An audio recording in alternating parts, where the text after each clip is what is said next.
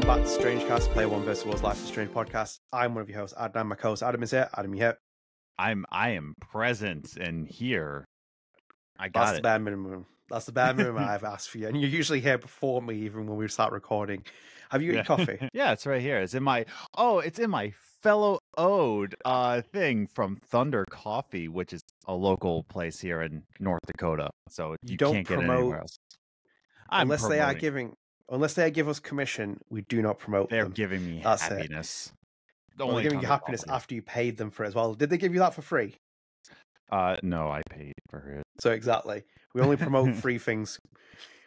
We promote Dream Prison's events. We promote Jonathan Penetta's music. We promote other people's free stuff for that. We don't promote coffee beverages that aren't paying us. But if you do want to promote, if you do want to make a promotion deal, feel free to get in touch. Not that you would anyway, but anyway, we are back for a new StrangeCast. We've got a lot to talk about as well. And before we do as well, as always, if you are new here, do please consider dropping us a subscribe, turn on notifications, like the video, and share with your friends. It helps you support the channel, helps keep up to date with the channel more than anything else. And StrangeCast is always available on all podcast services. So you can check us out on Apple Podcasts. We're on Spotify with a video version.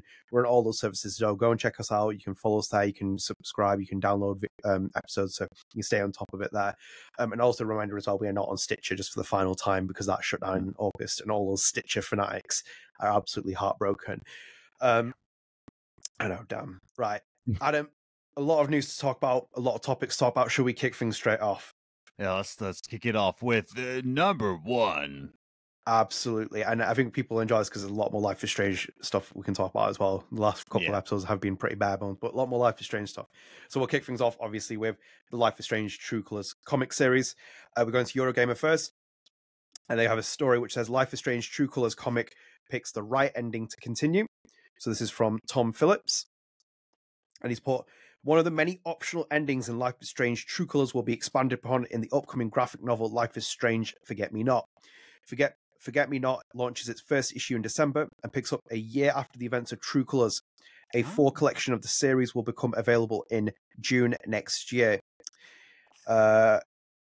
I'm not going to read that. That's boring. At the end of True Colors, players can decide to stay in its small town setting of Haven and put down roots, or alternately leave it behind, alone or with one of the game's two love interests.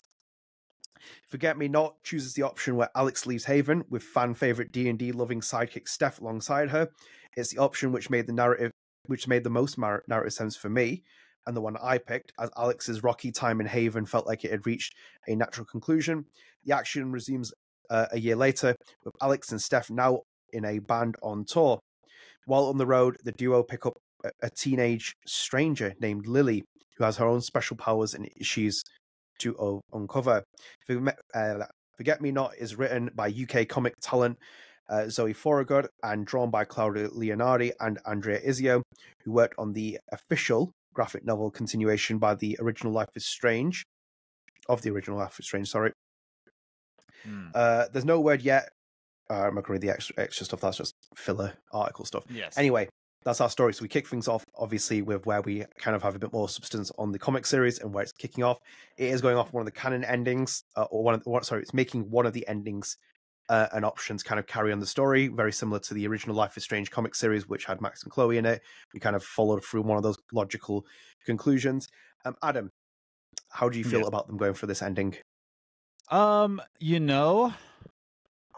Okay, so I always pick Alex staying in the town afterwards. I don't know. I feel like I do. It's just because she has her kind of conclusion with her brother. She has everything's kind of tied up in a bow. I don't know. When she says why don't you just leave? She has this nice place to live, and she's been accepted by the community, and it's in a small mountain town in Colorado. One, if you have a place that's already paid for in Colorado, which is one of the most expensive states to live in the United States, I'm staying in Colorado, dog. But I don't know. I just think that the loose ends were tied. However, far be it from me to tell an artist of saying well, you got to pick this. You have to stay in this route. If it makes the most narrative sense for the artist to make a story narratively, far be it from me to say no. because, you know, that does progress the story. Like, okay, if she leaves Haven, what happens?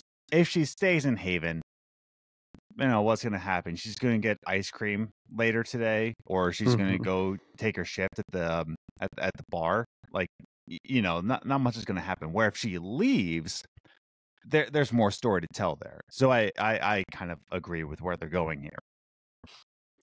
Yeah, I think like I always made the option where Alex left Haven. Yeah, I think the one that I obviously chose was Steph going with her. I think that just feels like the natural ending. I've always said this about True Colors, and we'll come on with True Colors a bit later on as well. Another topic.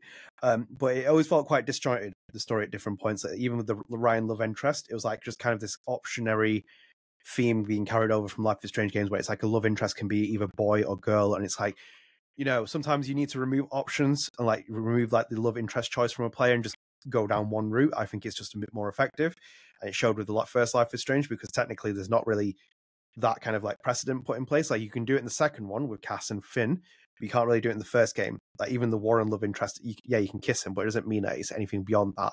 And you can kiss like Chloe, but it doesn't mean anything beyond that. Like it's still quite open ended. But like this was very much like clear cut with who the love interest was. You could even go separate ways with Alex as well. There's quite a few endings and options there.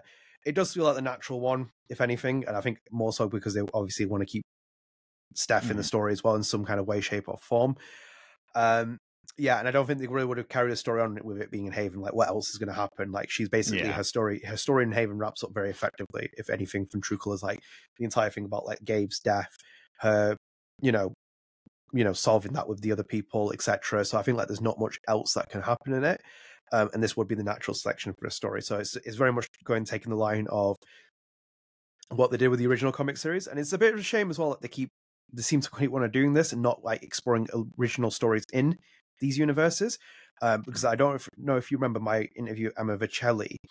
Emma Vicelli opened up about her original pitch for the Life is Strange comic series. She said that she wanted to do a story kind of like that's like dabbling into like the theories of the Vortex Club, and it was like, you know, this and that. It was like kind of like a little bit more deeper exploration. I was like, actually, that's more fascinating for me. Yeah. It's like, you know, you're kind of like you're doing what you can do with like shows like Better Call Saul, where you can, you know, explore your mythology a bit more in like the Breaking Bad universe, rather than just being like a straight continuation of a story of a character who's mainly established in X, Y, Z, ABC.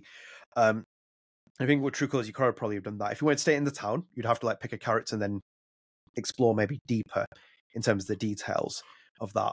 But I think with like where we're going with Alex, naturally speaking, they had to probably go with this selection. And if anything, this probably wouldn't surprise me if this was a Square Enix entire indecision kind of off the story.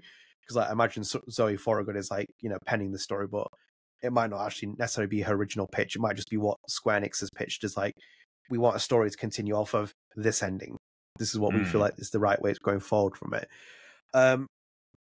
So yeah, I'm interested, and if it does make sense, I think again as well, it's very formulaic. Yes, is that a word?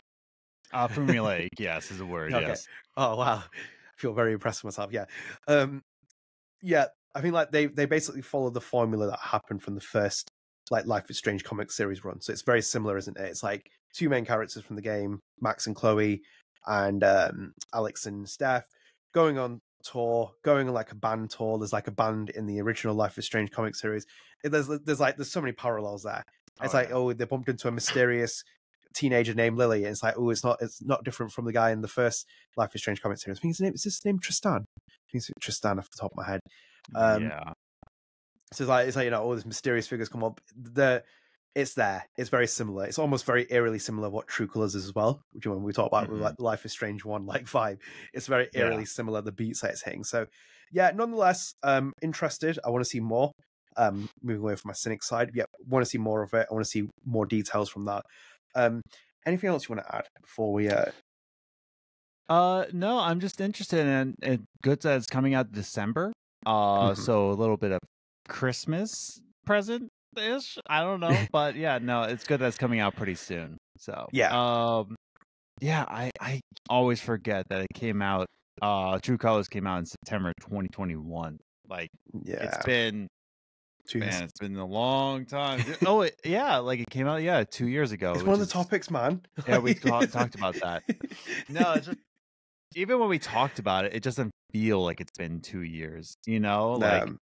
Like 2 years have gone by too fast, but yeah, but we're getting story. Yeah, well, we'll have to probably pick up this comic series, Adam. I'm just going to say that to you because I feel like it'd be weird if we don't talk at some point. Yeah, so someone better put that on your Christmas list, just a FYI. Yeah. But let's kick into the next piece of news, and this is still very much comic related as well. So we got a couple of stories here. This is from Titan and Square Enix. Titan has been revealing comic covers for the Life is Strange Forget Me Not series. You'll find if you don't know as well, from the original Life is Strange comic series, there were like very much quintessential covers that were done by Claudia Leonardi. She was like the main cover artist for like the main issues, but then each comic issue separate in the volumes had separate cover arts by people, and some of them were outstanding, by the way, as well. I feel like, you know, I love Claudia Leonardi's art, but like even some of the separate designs were so cool. But because of that as well, Titan is kind of carrying this theme on with this series. So different places have been revealing different comic arts. So let's go with IGN first. Life is Strange Forget Me Not expands a critically acclaimed franchise. IGN was picked as one of the outlets which revealed a guest cover for the Forget Me Not series, issue 1. So IGN's cover was picked, and it was illustrated by Bandstormers artist Tula Lute. And this is an art cover which is like shades of colors. It's got Alex and Steph face near each other, look like they're about to kiss. Alex's hand is on her face. Can't break into more details than just that. Just checking the article. No, there's nothing else there. Actually, we do have a reveal as well. The price of the art of the comic is $3.99, and it is released on December 13, 2023. So these covers will be available then with, like, you know, you can get your different variations of covers if you want. Yeah, comic prices haven't really gone up in price, surprisingly. It's been about what comics were 10 years ago, $3.99. So, yeah, it's good. I mean, I guess. I mean, you go back to the 1970s where they were like a dime, sure, but like, yeah, they haven't really gone up in price too much. Yeah, the inflation is ripping pretty bad, and I wouldn't be surprised if they tick up. Everything else has just seemed to tick up. Yeah, if it was $5.99, I would be like, yeah, that makes sense. You know, because everything's more expensive. But no, that's not how much of it costs. Let me just run through all these covers as well. So we've got that one, that was the first one. And then AIPT revealed another exclusive cover. This is from Emma Vicelli herself, the Life is Strange comic book writer on the first series, and also an artist in herself. She has drawn variant cover C for Forget Me Not. This features a campsite. It features Chloe. I assume that's Rachel. Yes, that's Rachel. Chloe, Rachel, Steph, and Alex around a campfire with marshmallows on Rachel's stick. In cool cover. I love Emma Vicelli's art. I've always said this as well, and she has a very distinct way of drawing people with noses. She's always said that as well. You can see it with like the Vicelli style. So that is Emma Vicelli's cover, and we'll come back to these and talk about them more, but I'm just kind of running through them. And then there's another one which has been revealed, and this is on Comic Book Yeti, revealed one of the comic book covers. This is cover D. This is by Angela Wu's cover. This features Alex on top of her guitar, on top of a camper van, Steph there with her drumsticks next to her, Lily as well in there as well. So that is cover D. Is there anything else I've got here? I'm just checking quickly. And then we'll come on to the other one in a minute. So we have 3 covers there, just revealing if anything. And I don't know if I missed any others, but I think I got all of them there. Adam, I'd start off with as well. Which is your favorite cover? Angela Wu's, the third one. Really? Yes. It reminds me of, and I'm trying to like figure out what exactly the comic series it reminds me of, but I like the color depths. I like the I like the foreground with the background. It's really excellent. Not to say that any of them are bad. But that one reminds me of like a certain comic series I loved. It was like an X-Men comic series that I really liked. And I wanted to see if she did anything with Marvel or if she did anything with Dark Horse, but it reminds me of a certain scape. But yeah, no, it's I like it. That's mine. Yeah, that is. I thought I was speaking to you in a music so loud. That's why you like went for it. Yeah, true. visually speaking, I love all the covers, and unfortunately, I can't add the visual aids to this video. But if you do want to go and check them out, you can check them out online. I think there might be one of these in the thumbnail. I like all the covers. I think they're quite unique. I still obviously will like opt for the Claudia Leonardi art. If I was going to buy just one, and I probably will buy the volume anyway. I won't buy the individual comics. Claudia Leonardi art is still like the top tier for me. I like the one that you picked as well. I think it's quite nice aesthetically as well. I think it's quite good. I like Vicelli's comic as well. I really like the vibe of that. Obviously, it gives us a bit more of like a hint with Chloe and Rachel there as well about where the story is going with this as well. So that's quite appealing, if anything. And I love the way that Emma's art looks. Her art looks very similar across all her like doing different comics that she's worked on. She's a very distinct way of like drawing people, and I think like that's what I like about the way that she's done things. Whether you like it or not, I think that's a different story. I think like because even like Rachel looks quite different there. I'm assuming that's Rachel. I would be very safe to assume that's Rachel. It's the feather earring that she has on. That's Rachel. Yeah, that's what I'm assuming. I'm just like she looks quite different there. It's just because of the way she's positioned, but her art is quite nice. The first one that we talked about, which IGN as well, like Tula's art, I like, but then it's a little bit like I'm like, I'm like, okay, it is what it is. I'm just not hugely over interested. It's a style that is very much in it almost looks like a Dark Horse, I would say. Even in Image Comics. But there's a style like that that's very popular in art covers. But yeah, the Emma Ficelli one is definitely the one that's like standouts of like, wow, I haven't seen a style like that in a long time. But the Angela Wu and the Tula Lotte is a very much like an on-brand style. Would you say? Yeah, absolutely. I think they look gorgeous anyway. But I like this is where we are basically in comic season all the way through now for Life is Strange. So we will keep you updated with these as well, and there'll be more covers, I'm sure, and more extra details than that. Adam, anything else? Nope. I'm going to pick this up and we will read. Lovely. In fact, December is going to be my music break, so I won't be focusing on music. Perfect timing. And speaking of picking up comics, we are picking up comics again. So we're going with Life is Strange, Forget Me Not, which is another story. This is from Games Radar. Games Radar didn't reveal a cover. They revealed pages, though, from the story. So just go to that article. I'm just quickly checking if there's anything extra we know. Oh, yeah, so they just but we have some exclusive lettered pages from the first issue by series artist Claudia Leonardi and colorist Andrea Izio, which can be seen in the gallery below. Zoe Forrester said in a statement, and I quote, "It's difficult to emphasize how formative the original Life is Strange was for my teen years. I played it when I was 16 and remember falling in love with it instantly. I downloaded each episode on the day they came out. Even now, episode 2 is one of the most powerful game experiences I've ever had. Personally, Life is Strange has always been a series about misfits trying to find themselves and their crowd, with the superpowers being stand-ins for the real-life divergences we may have. Tonally, it has the perfect balance of whimsical and dark what the heckery that I adore in stories. I'm hoping Life is Strange Forget Me Not will appeal to new and old fans alike and have all the charm and heartbreak as the rest of the series," end quote. Okay, so quick cut. I don't know why I'm picking up from here, but I just wanted to say what I didn't realize was that the original cover art we saw was Zoe Forrest's. Oh, was it? Yes. Oh, that's what Games Radar's saying. So the one with oh no, this one with Alex with all the flowers behind her. Yeah. The original. Yes. This is the original one that we saw the first teaser image. Yes. Zoe. Oh wow.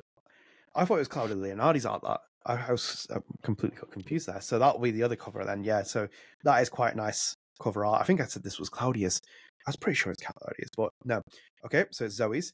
Adam, pages available. We've got our first couple of previews from the comic series. Have you read them? No, but without reading them, I can see that without reading, Steph comes in and Alex looks upset. And then Alex says, "I'm hungry." And then Steph says, "Well, what do you want to eat?" And she goes, "You." And then they snack. So then they go in for a smooch, and that's all. That's pretty much how it goes without reading it. Can you do the audiobook version for this? If comics ever had an audiobook version, like you are narrating. I'm just coming in with my coffee, like, all right, so we got some pictures here. You know, one of them is hungry, the other one's not so hungry. They go in for a little snack, and bus go vroom, and they almost hit a little girl. All right, go to your jobs. Goodbye. That is, by the way, listeners, just essentially what you're getting from this preview. He's not even like, you know, doing it in a joking way. That is basically the first 5 pages that they're giving you. You're basically getting a reintroduction to Alex and Steph here, on the bus, that little, like, essentially Gladys 2.0 camper van kind of style, you know, way that they're traveling around. You know, a lot more lovey-dovey, very much here. And then also we get straight into the fact that we meet Lily, who's the mysterious character that has appeared, and then you kind of get this idea that they're on the bus. Lily is there, and also there's a really gorgeous picture at the bottom of the final page, which is Alex, you know, using her powers, to read her emotions, which I like as well. If anything, I think the artwork has always been gorgeous, and I've always said this. Yeah, I'm interested by it. Obviously, I think like with the comic series, I think like we will. I hope that we see a lot more characters pop in and out. I haven't finished off the original comic series. I still need to get onto that. I will get onto that at some point. But I always said that there was some, like, you know, there was some great references that they made in the Vicelli comic series, like throughout, and it was like not even just characters appearing. It was like little subtle hints and references to the game, etc. And I think like with this as well, I hope that we see many more of it, because, you know, tonally it seems pretty accurate to Alex and Steph. Like, you know, it seems like something that Deck 9 would write, and that's down to you how you feel about that. But, you know, I'm intrigued by it. If anything, I'm not as overly committed to Alex and Steph as I am with like Max and Chloe, for example. I think most people would probably be in that same party, but I think like as a story, it seems quite interesting, and I'd like to see what they do with it and how they handle these characters and what else we find from it. I'm very intrigued by what we have as like potential like guest characters who will appear, and then also like I hope that they have like a couple of like, you know, references from True Colors in there as well, like a nice like nod to the series. It's hard though, because like in itself, like Life is Strange is very cringe, and like now because I've like moved on quite a lot in my life, and you know I was like, what, when did the first Life is Strange come out? Was it 9 years ago? 9 years ago? No, 8 years ago. It came out 2015. 8 years ago. You know, I was at that point 22. I was a young little man then at that point. And I was accepting of like a lot of things. It's like now it's like I'm very much like, you know, and like the I think the thing with Life is Strange has always been that it was intentionally cringe. No, it was like accidentally cringe for different reasons, because obviously like the original writers in the Life is Strange team are like grown men, and they're writing about like high school characters, and then not necessarily from America. Yeah, that's the part that's like getting me. It's like they're not really from America, and they're writing about American teenage culture. I was just gonna say, is like grown men writing about teenage characters. That's every, you know, Netflix show that's coming out right now. So yeah, like that, and it also tells as well. I remember I never finished the show because I couldn't be bothered. It was like season 3, and it was like it was set in London, and it's like these people have never been to London. It's like you can tell these people have never been to London. I'm sorry if you think that's your representation of London. I'm sorry, it's not London. It's just you guys don't just drink tea and eat biscuits all day. Oh no, they were paying it glamorously. It was like it was so random. It was so bizarre, like the way that they had actually like done it. And it's like, I used to have people and used to say like, oh, you know, I love Doctor Who. It's like, and I'm like the only British person who doesn't like Doctor Who. It's like, is this what like London and the UK is like? I'm like, just leave me alone. Anyway, but on the point with this, you know, it's deeply cringe reading some of these lines. I'm like, and it's probably not catered towards me anymore, if anything, as an audience. However, intrigued by it. I'm just not sure. I'm not overly, you know, excited for the comic series. If anything, I was more interested in the other one. I would, and I'm going to say this as well. I'd sooner have a Daniel and Sean comic series as well over Alex and Steph one, but that might just be because I think True Colors is quite further down in my rankings, if anything, with Life is Strange.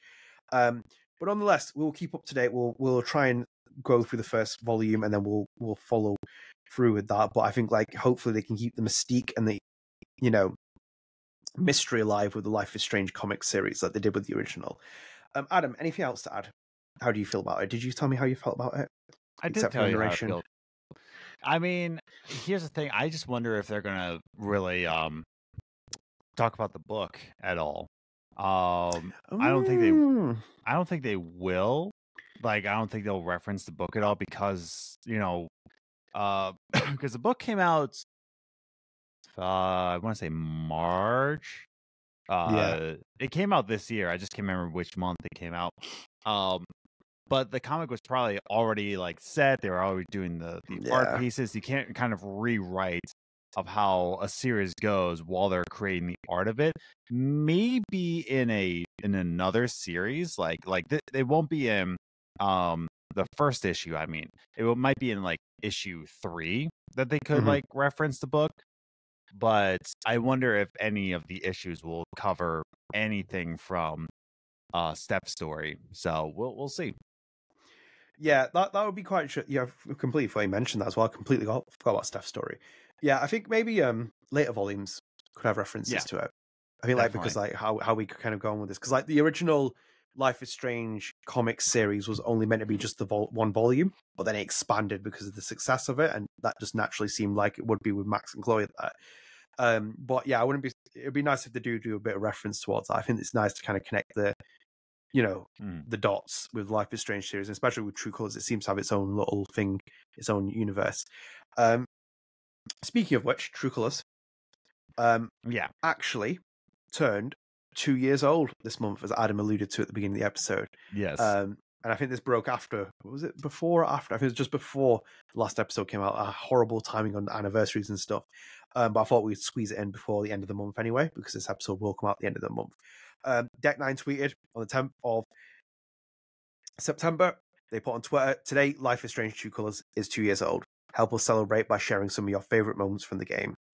And they put in a little caption as well. Thanks to all the fans for your love of Life is Strange True Colors and your continued support of our studio. So yeah, Adam, Life is Strange True Colors turned 2 years old. That means I've lived in North Dakota for 2 years. It like came out shortly after. Yeah, September 10th, and I moved here beginning of August. So it came out like right when I moved to North Dakota. Yeah, wild times. A lot of it was definitely a weird time to be in, to be a Life is Strange fan, because like some of us really loved it and some of us really hated it. And it was just like so controversial. There's just so many things about it that was just you were a stan at one point. We had that like in the podcast episodes and stuff. I believe your Twitter bio is one of the thumbnails with like a circle I drew over it because you changed your bio. Yeah, Life is Strange True Colors stan. At one point it was in my like top Life is Strange games, but like it took a second playthrough for me to be like, okay, there's not much, because again, like you play the first Life is Strange and you're like, okay, wow, that was really good. You go through a second playthrough of Life is Strange, the first one, and it's like, oh, there's other things I missed. Whereas my second playthrough of Life is Strange True Colors, like, there's not much that I missed, and I really wish there was things that I missed playing it. But overall, though, I still have a heart for it, just because like it's in a place that I love, and I think that the story is there. It just kind of falls flat in terms of replayability is all. Yeah, it's an interesting game, this. Like, when you say it's 2 years for you, like, those experiences, like, this was, like, prior to me being on Webb's podcast, Webb's Twitch channels. I had the chance to speak to Webb leading up to this. I was initially quite excited for it. StrangeCast had rebooted at this point as well. We had gone on a brief hiatus, and we came back around this time as well to start with True Colors as a review. But I just couldn't get into it. I just did not. Yeah. I could not. I was so like distraught from the first minute I was playing. Like first 20, 30 minutes I was playing, I was like, I don't know how I feel about this. And the more I kept playing about it, I was like, there's something just niggling him in like a wrong kind of way. Like as I said to people, I don't hate the game. I don't hate most games anyway. I'm just very critical of the game because I've only ever played it once. I've just never gone back to it. I think it's got no replay value for me, realistically speaking, if anything, in a cruel way. But it's like also I feel like it doesn't have much replay value, if anything. And then on top of that, it's just it borrows too much from the first Life is Strange. Yes. And it feels like a pale imitation at points. I don't know if someone would argue against it. From what I can tell and what I know, I think that they did leverage a lot of stuff from Life is Strange 1. I've always said to Adam, like, repeatedly in my podcast series, on this podcast series, if anything, has always been, like, my theory about, like, you know, it's like the J.J. Abrams moment of, like, life of Star Wars, which is basically, if you watch, like, The Force Awakens, it's just a pale imitation of A New Hope. It's like, it's just a soft reboot. It, like, borrows so much, like, material, and it just, like, you know, it's a safe kind of way of going forward. And it's like, when you watch it and you compare it to The New Hope, I would be very surprised if anyone ever said I would choose The Force Awakens over A New Hope. And it's the same with, like, True Colors and Life is Strange 1. There's too many eerily similarities at a point when the series was very bold as well, because, like, unfortunately, Life is Strange 2 exists. Whether or not you like that, it's a simple fact of what it is, and it went in a completely different direction. And then True Colors kind of reels things back in it. It tries to capture some of its old fan base, and it's like, but at the same time, for me, like, for example, I'm that old fan base, still current fan base, etc. I'm like, I don't like this. I'm like, you're borrowing too much. It's too many, like, the plot points aren't strong enough. It's like we talked about Jettison, you and I, ages before. It's like, you know that twist is going to happen. You can't repeat the same thing. It's like when you watch, I'm going to ruin it now. If you watch Scream and Scream 2, the twist is different. It's the same twist, but it's different. It has like different in all the movies, but it has like a multi-layered, like, especially if you take the first two, you expect, like, you're going to be like, oh, you know, it's going to be like, you know, it's going to be two colors and it's going to be like this, but it's like there's a bit more of a complex layer of it as well. And the third one as well, like, as you said, all different. It's like third one's just one person, so it completely throws the rule book out the window. But it's like with Life is Strange True Colors, it borrows too much. It borrows so many beats, and it's like, in itself, it was stylistically packaged as a AAA game for Life is Strange.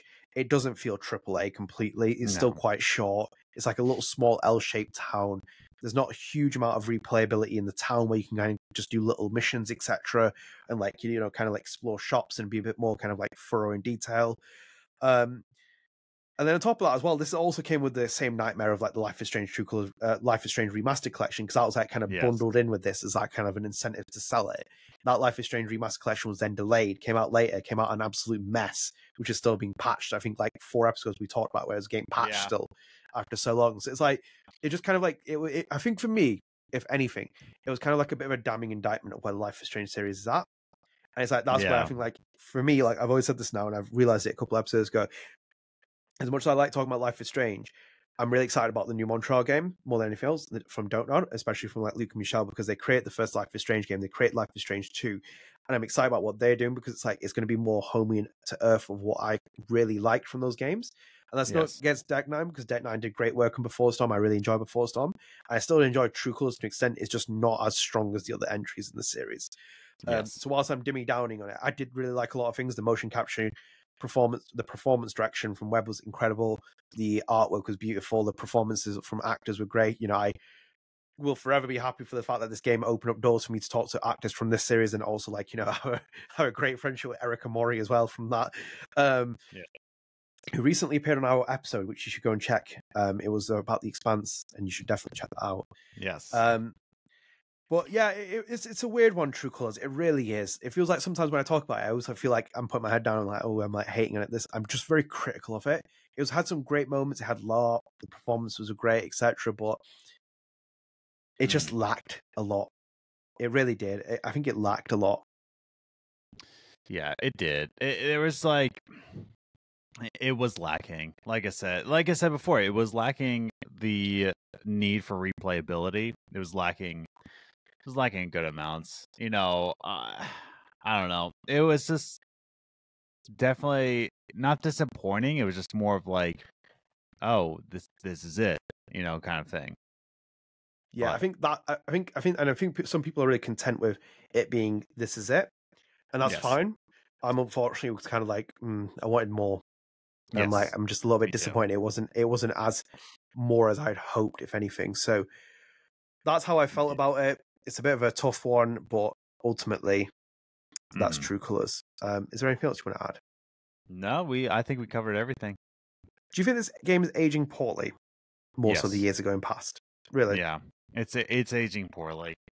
I think it's just kind of we're starting to see now like what Deck Nine's style is, what their style of game is. And I really, you know what I want, and we'll talk about this later in another topic, but oh yes. I want to see a Deck Nine original IP. I want to see something that they create in their style that hits home for them. It just feels like Deck Nine is in this kind of stupor of other IPs that they didn't create, and we're not seeing a lot from them. And I want to see something from them and nail it, you know? Yeah. Not to say that like they're relying on other people's copies, but I think they were just given IPs and they're just like, okay, yeah, we can try to do something with that. And I want to see them do something with something else. I think it's an excellent point because I just want to reiterate this. I really like the Deck 9 devs. This is not me trying to get into bed with people or make thingy. Whatever I criticize about, especially with Deck 9 gets a hard time from a lot of people. However, one thing I'll always remind you is there is a publisher involved in this. And very clearly as well. Like I saw a lot of people like criticize, for example, the remaster collection, say like, oh, Deck 9 did this and Deck 9 did that. It's like, do you not remember who's publishing this? Do you not think that they have accountability? Like they have deadlines to set. They have all this. Like we're never going to get anything free from Square Enix, and I don't want anything for free. Like I like the fact that this podcast is very small. I hope you come here and you enjoy very authentic opinions because there's no BS here. Like it's very like straight cut. Like we've said this before. Like I've joked with Adam about this and that, and like Luke has like even listened to some of the podcast episodes. Adam doesn't like Life is Strange 2 at some point, etc. Said stuff like, and it's like for me, I've always kind of been a bit like, ooh, should I say it because I don't know if you like it or not. But it's like the way that when he responded to you once when you were like joking about Life is Strange 2, he was like so genuine about it. And it's like actually that's the kind of way you want to approach it. But it's like when you look at, for example, with like True Colors and like the way that Deck Nines had to handle things, it's always been in bed with someone else. I think if you just gave them a genuine IP and were like, go and make whatever you want to do, here's no publishing, you're doing what the Don't Nod route, no Don't Nod kind of affiliation, I think you'd see something quite special from the studio. I think you really would, because you're basically hemorrhaging on Life is Strange here. You're always going to be compared to the original developers. Whatever you do is probably never ever going to be what fans want from them. You're always going to be criticized at every other turn from it, etc., etc. And I think like with the decisions ultimately, Square Enix probably had a lot of decisions on this game as well. Yes. I'll say it just like from my own belief, like my own assumption, my belief in the way that publishers work and stuff like that. It wouldn't surprise me if Deck 9 had said, we want to kind of play it safe and go down this route with like True Colors. And it was like, we want to kind of be a bit more formulaic, like with like, the first Life is Strange, like follow those kind of beats. And Deck 9 might have been like, we don't really want to do that. But it's like, at that point, well, you don't own the IP.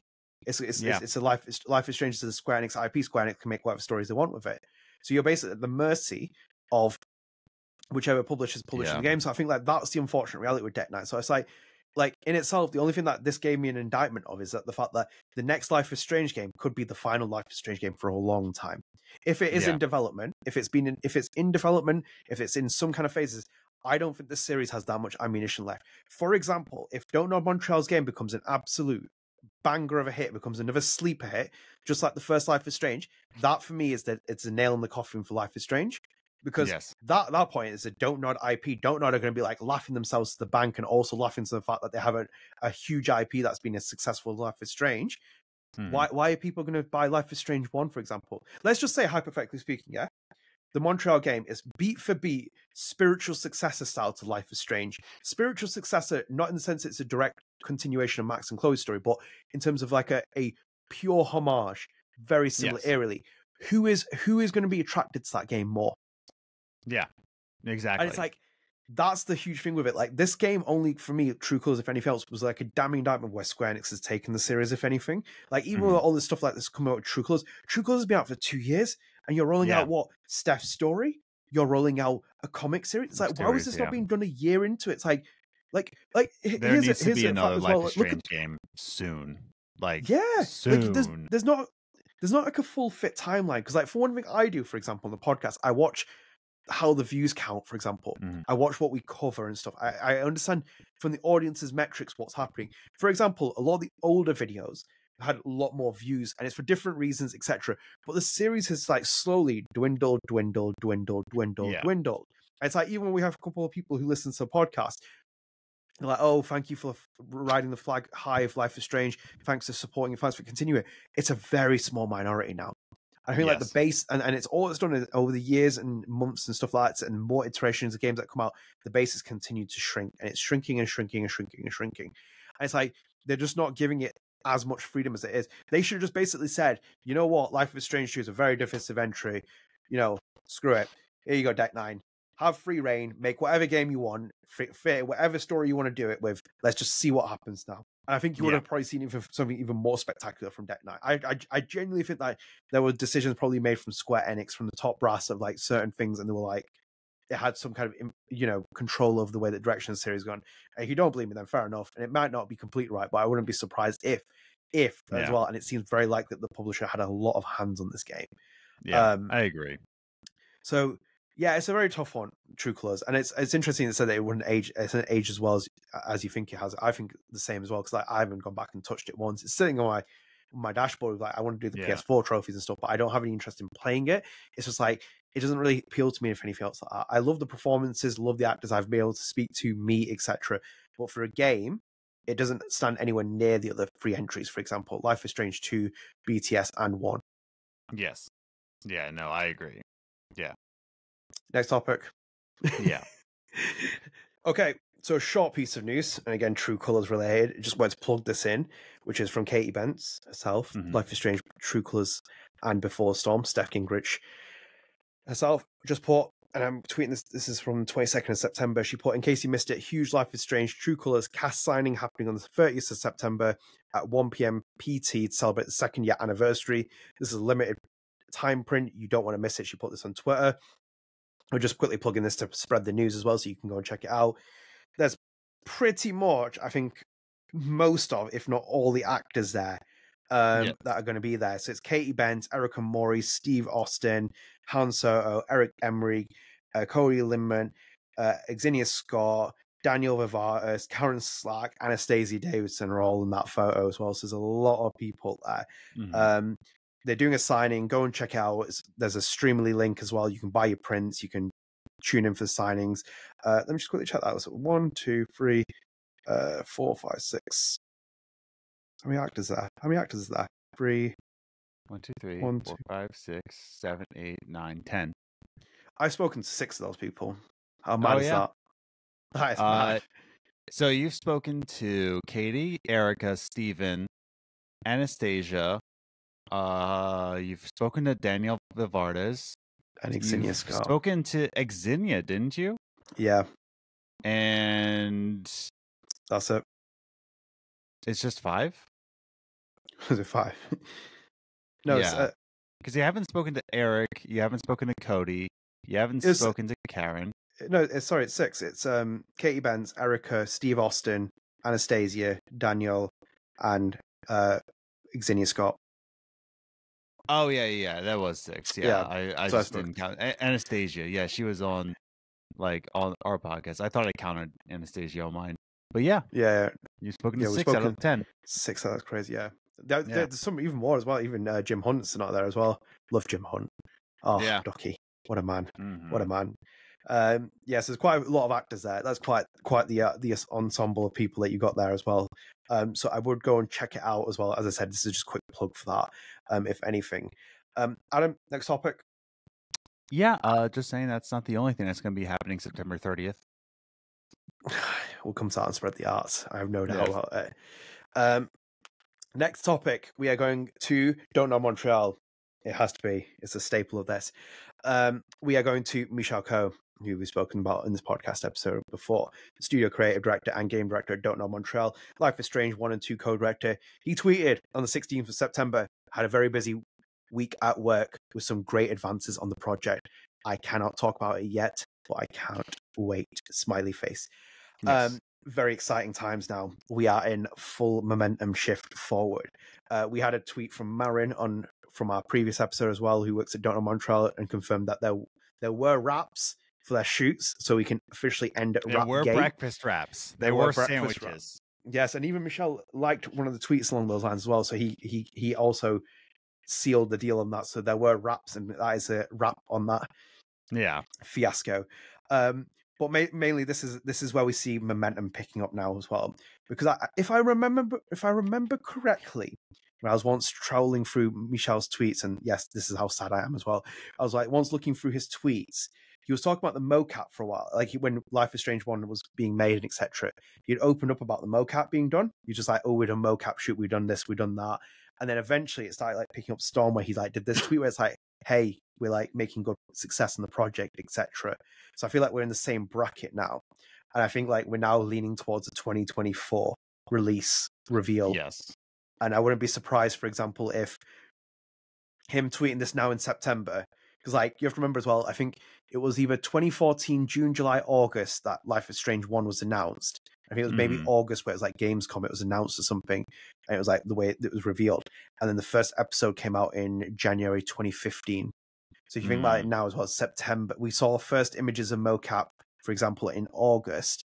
Michel's tweeted this in September. It wouldn't surprise me if in January we potentially get a reveal of this game. I still don't know if this game gets revealed before the end of the year. The Game Awards is my only kind of like inkling that it could happen. And I think that's a 50-50 likelihood. I believe that's in December. Like December 9th or 13th or something like that. Did they not announce a date yet? They haven't announced a date. Oh, streaming live. Yeah, December 7th of this year. So we're early December, so that's like the last major milestone like event that can happen. It's a big platform as well, so it wouldn't surprise me if Don't Nod does like announce this as like a big event, because Jusant was announced at the Xbox Games Showcase, I believe correctly. Well, it wasn't announced, was it? Well, the release date, yes, was announced during the Xbox Game Fest. I swear they announced it. Didn't they reveal the trailer and you were watching it and you missed it? Yes, you're right. Or was it Summer Games Fest? Yeah. No, it was Xbox's like showcase. Yeah, Xbox like put on like their own E3 style showcase, and yeah, that's where it was revealed. That's where it was revealed. Yeah, at the Xbox showcase. Yeah, because that's wild to think about. Yeah, because you were talking about it's like this Death Stranding like jumping kind of like thing. You're like, oh, what is this? And I was like, hang on a minute. And it's like it's Don't Nod just revealed something. You're like, what? It's like we were recording while it was going on. I was like glancing from the corner of my eye, and I'm just like, oh, what is this game? What is this? And it's just like, oh boy.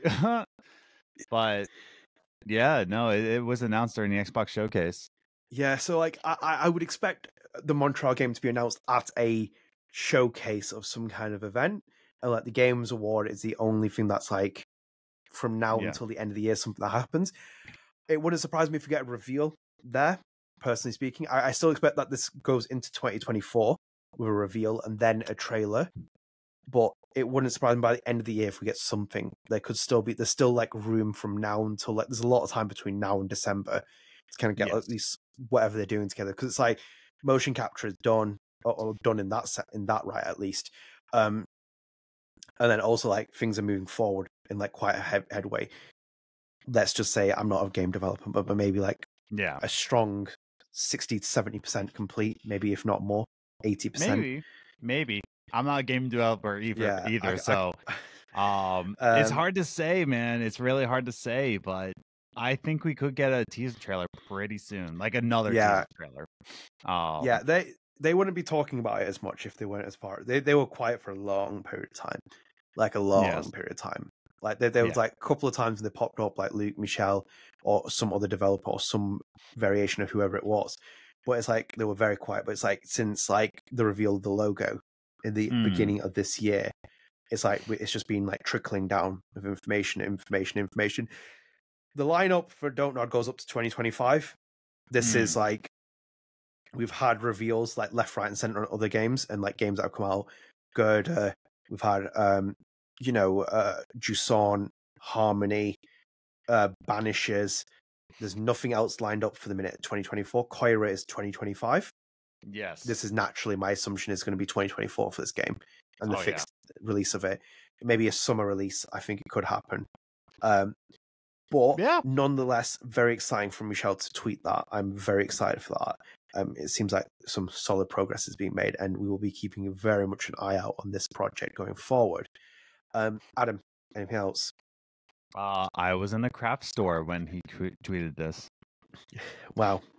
There we go. Sticking on a topic, and we thought we'd just put this in as well because it is Life is Strange related because it's Michel. Michel put a tweet out putting his my top 25 games to know me better. Michel, start with why the hell is Life is Strange 1 and 2 not in here? Like, come on, man. Like I can feel that in a way of just like you don't even want to put your own artwork because you just are so like it's weird. Okay. So little small tangent here. I was watching another musician like share his thoughts. I was like, I wonder what it's like to feel my art for the first time, because when you're the creator of something, you're just experiencing something over and over and over and over and over again. Like you're developing this thing, and it's just like once it's out, you're not really thinking about it as a game. You're thinking about it as the process. So it's kind of weird to think about that. Like, oh, it was Dayglow. Dayglow said it, where he was just like saying like how he made a certain song. And he's like saying like, I wonder what it's like to experience my music for the first time, because I'll never experience that ever. And I'm like, I feel that to my core. But that's a small tangent to say that like he probably doesn't think about Life is Strange as a game more than it is a process. To be honest as well, I don't think I've ever met a developer who's like put their own game in like their top like rankings or anything. Neil Druckmann. Oh well, that doesn't surprise me at all. I've got very strong feelings about Neil Druckmann has. And remember that top 100 where Last of Us Part 2 was like in a top 3 or is the Last of Us was in the top 1 or like the top 3. One of them. Was it the one that we did, the GQ one? Yeah, the GQ, and then he was one of the voters there. So yeah, I can't do The Last of Us 2, even though Michelle put it in here. But that's his choice.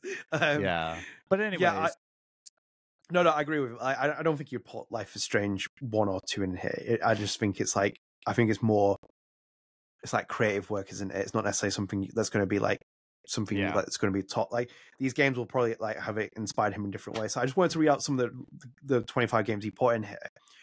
He put, and we haven't got Luke Bagados's yet either. Luke Bagados isn't on Twitter anymore. Well, he still has a Twitter. He still has a Twitter, but he's not coming on here. Well, I hope he sees it, and I hope we see his list, Luke, please. Yeah, so we can discuss in the next episode. So list, please, and also Hot Dog Man's list as well. Hot Dog Man. At Hot Dog Man. List. Yeah. Anyway, Michel's list was, and I'll read them off. Chrono Trigger, Xenogears? Yes. Xenogears, yes. Xenogears. Final Fantasy 6? No. Is that 6? No, that's not 6. No. 8? No. 9? Yes. Right, okay. Is 6 the next one? 6 is the next one. Right, okay, that's why I was like, right. I was like, oh, let's see if he gets this right. Yeah, I'm like, right. I feel like Bart in that episode with the Roman numerals in Simpsons. Exactly. I was like, look at that. I was like, right, I'll redo this, and unfortunately, I can't be able to edit out.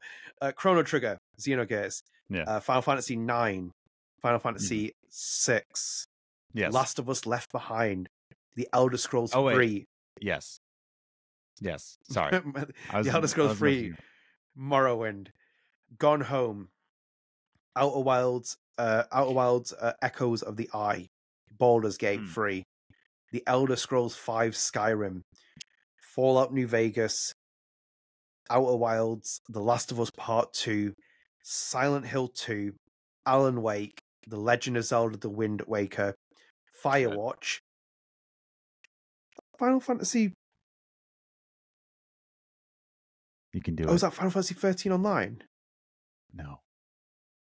Wait. No. Which Final Fantasy is that? It's Final Fantasy 8, buddy. Why am I looking at Final Fantasy 8? He is 5. VS5, and then one... Oh my god, I think it's X. I thought like we just jumped up. I had like 18 entries. I was like, what's that? The 80s even how? Yeah. Final Fantasy 8. Bold. By the way, as well, if you're listening, this is where the podcast goes off hill completely after like my absolute like mess up here. Baldur's Gate, Planescape Torment, The Legend of Zelda, Breath of the Wild. What? Yeah, I know you said that. World of Warcraft, Star Wars, Knights of the Old Republic, Earthbound, Star Wars, Knights of the Old Republic 2, The Sith Lords. And just for extra details as well, I tweeted at Michel prior to this episode starting, and I put, which would be your number one pick out of all of them, Michel? And Michel has responded whilst we were recording, and he put the beginning is pretty much in the right order. So Chrono Trigger would be his top game out of his top 25 here. I can agree. And then obviously the rest of the row. Interesting selection.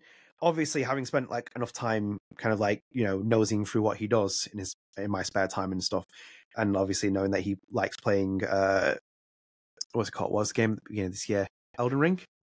Elden Ring. Yes. I know he played Final Fantasy 14 for what? Was it 14? Yes, he did. Online, he played 14 online. A lot of RPGs in here. A lot of like big open world games. Last of Us Left Behind is a very good shout, and I like the fact that he put Left Behind ahead of the first game. I always felt that Last of Us Left Behind was... He didn't even put the first game on here. I kind of would agree, though. I think the Last of Us Left Behind is a better piece of DLC than the entire Last of Us. And I still think Last of Us is a good game, but I think like Left Behind is even better. So that's quite an interesting selection of it. I like the fact that he's got Alan Wake on there. I love Alan Wake. Great game. Yeah, of course. And Silent Hill 2 is a great shout as well on there. But yeah, he's got quite an interesting selection. He's got a very... diverse. Yeah, and then also kind of like, you know, which games he likes the most, and it's like, I think for me it's like those RPG big kind of like open world games. He spends a lot of his time on those, and it's interesting that I'd be quite interested to see what a Michel Koch open world RPG game would be like as well, considering he plays a lot of them as well. But yeah, a lot of stylistic influences, and I think that it's just quite interesting to mention those. Even Fallout New Vegas over Fallout 3. Okay, so how big of a Fallout fan are you? Not very much. I did play Fallout 3. I know people like New Vegas. Well, here's the thing. In the Fallout community, it's always between Fallout 3 and New Vegas. Like, it's like a battle of which one's better. I'm on camp Fallout 3, but here's the thing. You notice how he has a lot of RPGs and a lot of open worlds. A lot of people fall towards Fallout 3 if you like a linear style game that has like a narrative story. Fallout New Vegas has it's a better RPG. It's a much better RPG, objectively speaking. It's got it has the better choice selection, it has the better upgrades, it has the better what do you call them? Factions, let's say. It is by far a much better RPG than Fallout 3 is, but I still fall in the camp of Fallout 3. Yeah, I was more Fallout 3 if anything. I played New Vegas very briefly, and I'm not really a huge fan of these kind of games anyway, like Skyrim, and I could just never really got into them, especially the Bethesda games. But that's the thing. Fallout 3 was a good narrative. It was a great narrative. Yeah, because he even has Skyrim on here, and not the Elder Scrolls 3. No, he has the Elder Scrolls 3. What are you talking about? Does he have the Elder Scrolls 3 on here? Morrowind. Is that an expansion? Are you talking about... What? Is Morrowind not an expansion, or is that the full game? I don't know how to answer that to you, buddy. That's the full game. I was just called the Elder Scrolls 3. No, it's called every game has its thing. So like Elder Scrolls 1 was you can keep talking. I need to let my cat out. I'm also going to hit my head against the wall repeatedly. It's based on which region in forgetting the name of the entire country. Oh no. But basically there's states. It's like the United States, and there's different states within it. Skyrim being one of those regions in damn it, don't remember the entire country's name. But yeah, Morrowind is where it takes place. Like that's the country or the state, whatever you want to think about it as. And then Skyrim is where it takes place. But no, it's Elder Scrolls 3 Morrowind is what it's called. And Should we then just delete you this got topic? Oblivion, which it takes place in Cyrodiil, but Oblivion is like almost like the hell region of that lore. So that's why it's called Oblivion. But yeah, no, it's interesting that I didn't put Oblivion, but I agree with this list in terms of Elder Scrolls. I'm not a big fan of Oblivion. I'm not the biggest fan, but Skyrim really nailed the exploration. It really nailed the dungeon layout. It really nailed like what you can do in that game. And Morrowind saved Bethesda. Like Morrowind is what actually like saved the company. So it is still like, did it age well? Not really, but at its time, it really saved Bethesda. So yeah, but yeah, and also interesting take on Gone Home. I'm also not surprised that he went with Gone Home. Gone Home is it's a good title. I and you can definitely tell he would be the one to like that sort of game. Did that come out before Life is Strange? Or was it after Life is Strange? I don't want to say it did. I think did it came draw out inspiration in from Life is 2017. Strange? Gone Home. He was one of the game. Life is Strange inspired games. Looking it up, I'm pretty sure this game came out in 2017. It released in January 2016. So a year after Life is Strange came out. Yeah, it's an interesting collection of games, though. It kind of just gives you an insight of who he is as a developer. Yeah, also like when he said likes. Like he's very much open world minded, he picked the 2 Zelda games that are the most open world games. Like aside from Tears of the Kingdom, but Wind Waker is very much open world, and Breath of the Wild is also very much just open world. So he likes his open world games. I was going to say this is like that would be more your conversation on with him about Legend of Zelda games, because I've always had a very controversial take with Zelda games. Yeah. Yeah, it's interesting. No Final Fantasy VII, Michel. No Final Fantasy X either. Final Fantasy X or was a 13. Good one. We love Lightning. Or 13. No, we don't. Probably the only person that says 13. Or 13. On Final Fantasy VII, that's interesting. He had 8. Which games did he have? 8, 9, and 6. No, was it? Yeah, 8, 9, and 6. 8 is a good take. And that's the thing in Final Fantasy. It's like it's always in between. Like, what's better, 7 or 8? A lot of people try to go to the 7 route, but like if you play 8, I don't know, it fixes a lot of the problems that 7 had. So that's just my opinion. And I like 10 just for the stupid laugh meme. So I'd love to talk to him about Final Fantasy and see why it like even Silent Hill 2 is quite an interesting selection. I like all those as well. It feels like the one that's quite like out of place, quote unquote, Silent out Hill of his games. Yeah. Also, it's Earthbound. I'm glad he put Earthbound on there.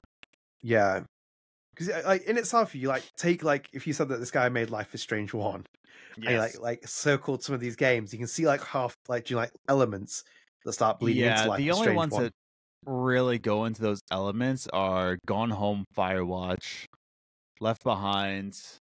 I can even argue for Final Fantasy VI.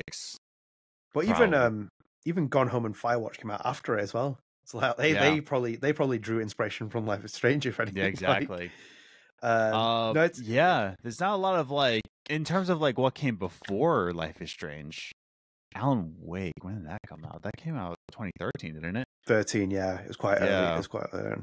So that's another like weird, strange... Do you know what though? Alan has always given me the kind of like Jefferson vibes doing rates. Yes. I was He's about to always say. give me that. Oh, it came out 2010. 2010. Oh wow. Came out 2010. Jeez. Yeah, Alan Wake's a good shout. Alan Wake's repetitive in gameplay, but the story and like the way it's set is so good. And I love the fact that the sequel is just pure horror game now as well. Like they've gone down the route which I think it should always have been. More so than a kind of mystery thriller, etc. Blah blah. But no, interesting selection of games though. I was very intrigued by the fact that he did this. We'll keep an eye out for any other Life is Strange devs who do it as well. I don't know if this topic will make it into the final show as well, because I feel like I've got a lot of egg on my face with the pronunciations and like Roman numeral mess ups and everything else and every other blunder under the sun. But thank you anyway, Michel, and also thank you for your reply as well. to get your top 5. So yeah, top 5 picks are up there. Top Left 25. Behind as well. Left Behind, I'll say, is very good though for a pick at least. I like the fact they picked a DLC, if anything, and counted it it's interesting. as a game. Picks, 2 of these are DLCs. Which is the other one? I'll let you guess. Which one's the DLC? Let's have a look.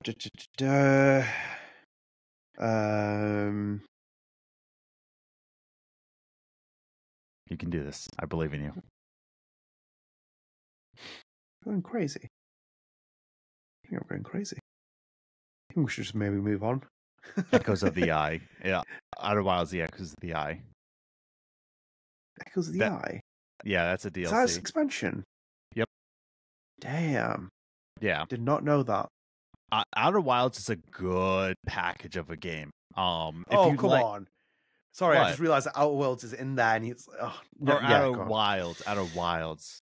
No, I just realized that Outer Wilds is in there as well. It's like I could have just picked that out. Tunnel vision.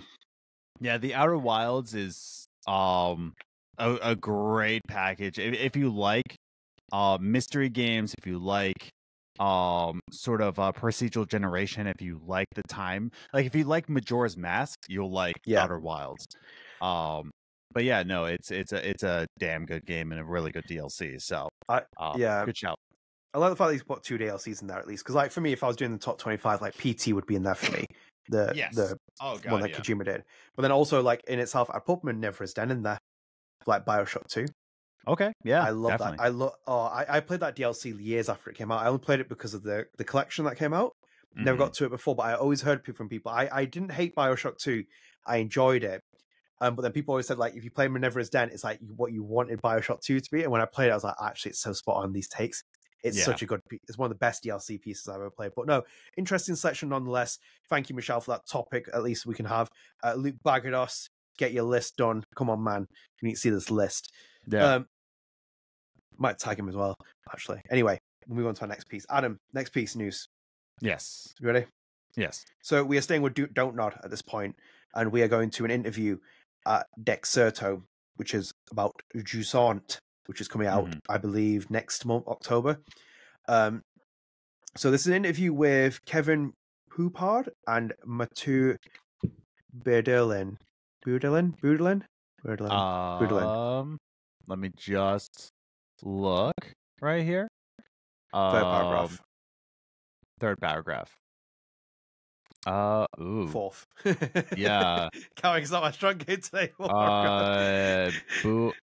Boudelin. I think it's Boudelin and Poupard. Okay. So this is an interview with them, and there's a lot talked about in this article. I specifically picked out one point which has completely disappeared because the article is now getting cut off by adverts. Thank you for the great interface. Adam, do you have the line that I took out from the article? Yes. On the show notes, you have where'd it go? Jusant can be expected to be completed in less than 10 hours. Yes, that was the line that I was going for. There was other stuff in there about soundtrack, other details which are interesting, and I would recommend you go and read the Dexerto interview. But I picked that out because it actually gives us a bit of a time length for Jusant, and I think it will be kind of relevant for one of our topics later that we'll be talking about, me and Adam, in terms of length of games that we've been playing recently. I'm quite surprised it's 10 hours. Yes, I'm actually looking for the exact quote. I believe it's only a sentence, actually. So even if you scroll through there, yeah, it's just a sentence that says it in quotes. Okay. Oh, here we go. So I'm just going to read 2 little paragraphs. To capture the feeling of rock climbing, research led Poupard and Boudelin to be struck by the tranquility many climbers experience. They take the time to look at the walls they try to climb and read them. Their movements are measured. We tried to encapsulate this feeling in the controls. With plenty to explore and no need for players to rush their ascent up to the tower, Jusant's journey can be expected to be completed in, quote, less than 10 hours. Yeah. Which makes me bummed that it's not on the Switch. Yeah. Like that. I was talking to my wife about this, like this exact thing. I was talking to her yesterday about how bummed I am because I'm generally picking up my Switch more than I am my Xbox or my PlayStation, anything. Like I am drawn to my Switch. And I was telling her that like, dang, like Jusant, the way it's being marketed, the way we're being shown is such a cozy Switch game that I wish was on it. And now that it's only a 10-hour game, I'm like, come on, that is a comfy game. You gotta put that on the Switch, man. Like somehow, some way, get it on the Switch. But I think realistically we'll probably see a Switch release next year for Jusant. Well, here's the thing. Rumors are having it that the Switch 2 is coming out next year. Yeah, I've heard a lot of those rumors as well. I know that apparently there was like they showed off the Switch 2 behind closed doors at Gamescom. Yeah. So grain of salt, very very grain of salt. But it's like there's probably like Switch's at the end of its lifetime. And they probably could not port it to the Switch with limitation wise, but because have you seen the Mortal Kombat 1 images for Switch? They're bad, dude. Yeah. So bad. Yeah. That's probably what happened, but like it's just such a cozy game and it's only 10 hours. I'm like, I really want it on the Switch, man. I really want it on the Switch. Yeah. But hey, it's coming on Game Pass day one. I can't really complain.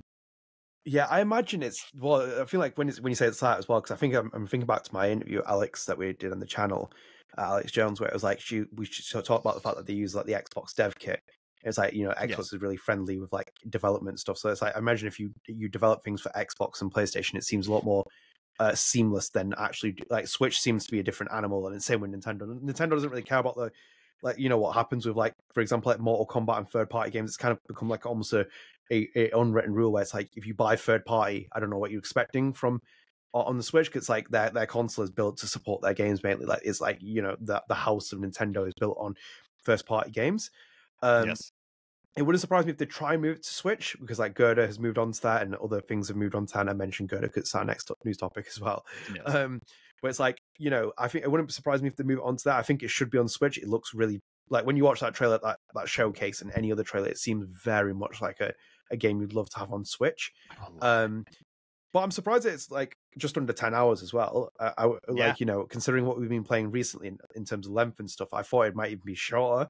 But for like an experience as well, and probably how much they charge for it, I think you'd be quite happy with that. Off the top of my head, how long was Harmony when you played it? Oh, Harmony was about 10, 12 hours, something like that. Yeah, it was about 10 hours. Yeah, I can't complain with that. Whatever you charge the price for that, I'm happy at 10. Whatever price it is for 10, 12 hours. And I think it's a reasonable experience, especially with like a Don't Nod game. So that's Jusant. I would read other part of the article, but unfortunately Dexerto's article's getting cut off my iPad for adverts. So thanks for that, Dexerto. Like, sort out the interface. Do you have anything else to add? Just looked it up on how long to beat Harmony. It is 10 hours. Yeah, all styles. 10 hours. So yeah, it's interesting. Now last thing I want to look up is actually Gerda. How long is Gerda? Gerda is a completionist is 8 hours. Yeah. So it's weird to think about it. Like, so far these are the 3 games that we've gotten so far, like published by Don't Nod. They're all shorter games, which is interesting to go think about. How long was Twin Mirror? Twin Mirror, I want to say was in that 10 to 13 hour ballpark. That was also really? It's saying on how long to beat 6 hours.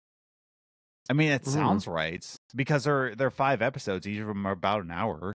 So the completion is 11 hours. Yeah, it's 6 hours. Twin Mirror, which is wild to think about. But yeah, it makes sense. Yeah, it wouldn't surprise me again. Yeah. It wouldn't surprise me if Banishes is longer because it's published by Focus. It's gotta be. So they've got like a bigger, it's got a bigger budget and etc. And then even like the Montreal game, I wouldn't be surprised if it's 6 to 10 hours. Like even the first Life is Strange isn't necessarily as long, but it's charged at like an episodic price. Like I don't think Nona's ever going to like release these games and put a $70 price tag or something on it. It's just like it just seems like unrealistic. If anything, they'll put like a relatively decent price tag on them for the length size. Yeah. Well, apparently there is no. Oh, there we go. Life is Strange, 14 hours, which is crazy. But yeah, there you go. There you go. Should we move on to our next topic? Yeah, definitely. Okay, so our final topic of news, which will be from Don't Nod, and this is going to Gerda. So quick updates as well we have here. So Don't Nod tweeted on the 16th September, great news, the physical Nintendo Switch edition of Gerda, A Flame in Winter, published by who's that published by?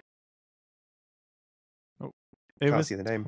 Meridian Games? Meridian Games. Yes. Meridian. Yes. Yeah, Meridian Games will launch on 23rd of November in select European stores. The Resistance edition includes the main game and Lever's Story DLC.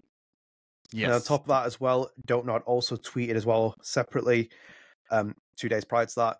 In celebration of Gerda, A Flame in Winter's first anniversary, we're partnering with the Danish Refugee Council and launching a charity edition of the game's soundtrack.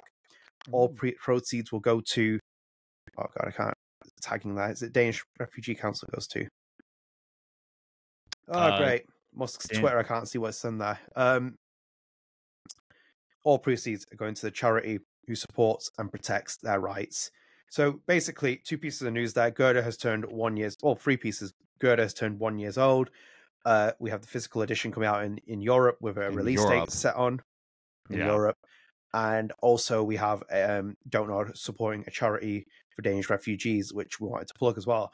Adam, are you picking up this physical edition? Oh, wait, you can't because it's not available in the United States of America. Me. I'm European. I have a better life situation because Europeans love us better. We really don't, trust me. Just an FYI. I see it all the time on TikTok. It was just like, man, Europe is so much better than America. You get treated better. I'm like, it's double-edged sword kind of thing. Yeah, absolutely double-edged sword. It's easy to project things without knowing what it is. It's the same pretty much everywhere. So don't. Yeah, grass is always greener across the pond. Yeah, pretty much. Yeah. Nice package. I'll say it again. Like I haven't picked up Gerda yet. I just don't have a Switch. If I had a Switch, I would have definitely owned it by now. 1 year anniversary is quite wild as well, and it's quite nice to see that Don't Nod is continuing to support this title. Well beyond its launch. Yeah. The physical edition is quite nice. I like it. Obviously, we talked about it before. You got the postcards, you got the nice bookmark in there as well. You also have DLC, which is crazy. This is crazy, actually. Do you like in perspective for Gerda? I don't think most developers would ever get this much attention and time and space that Don't Nod has actually given this game in terms of like a physical release.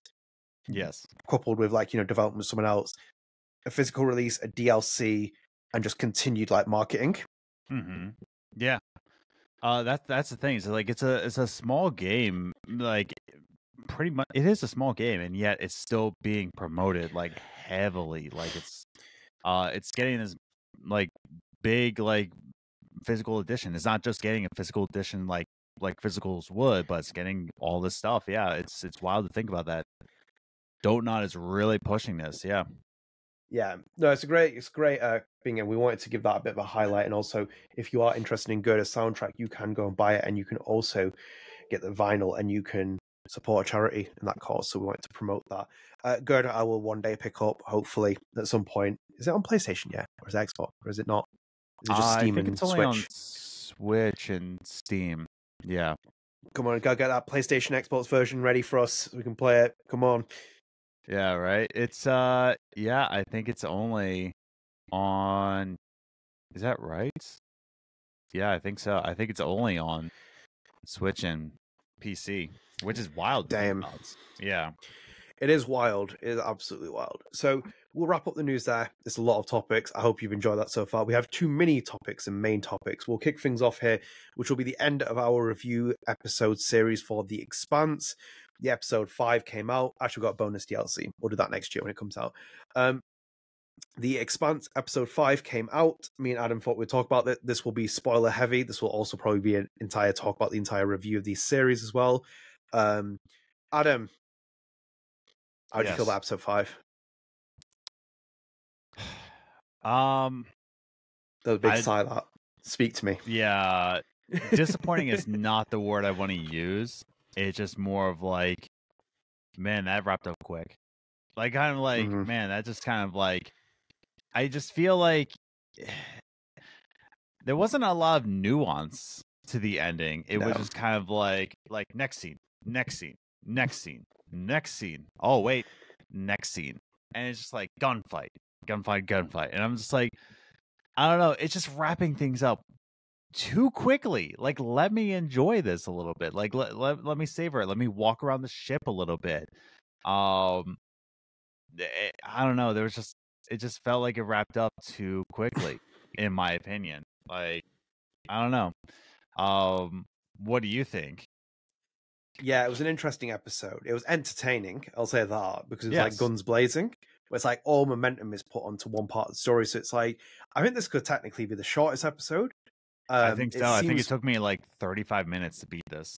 Yeah, it was under an hour for me, and I think essentially that I think it probably will be longer if depending on choices, because it seems like if people are like kept alive or kept longer and stuff, you might have a bit more interaction with them.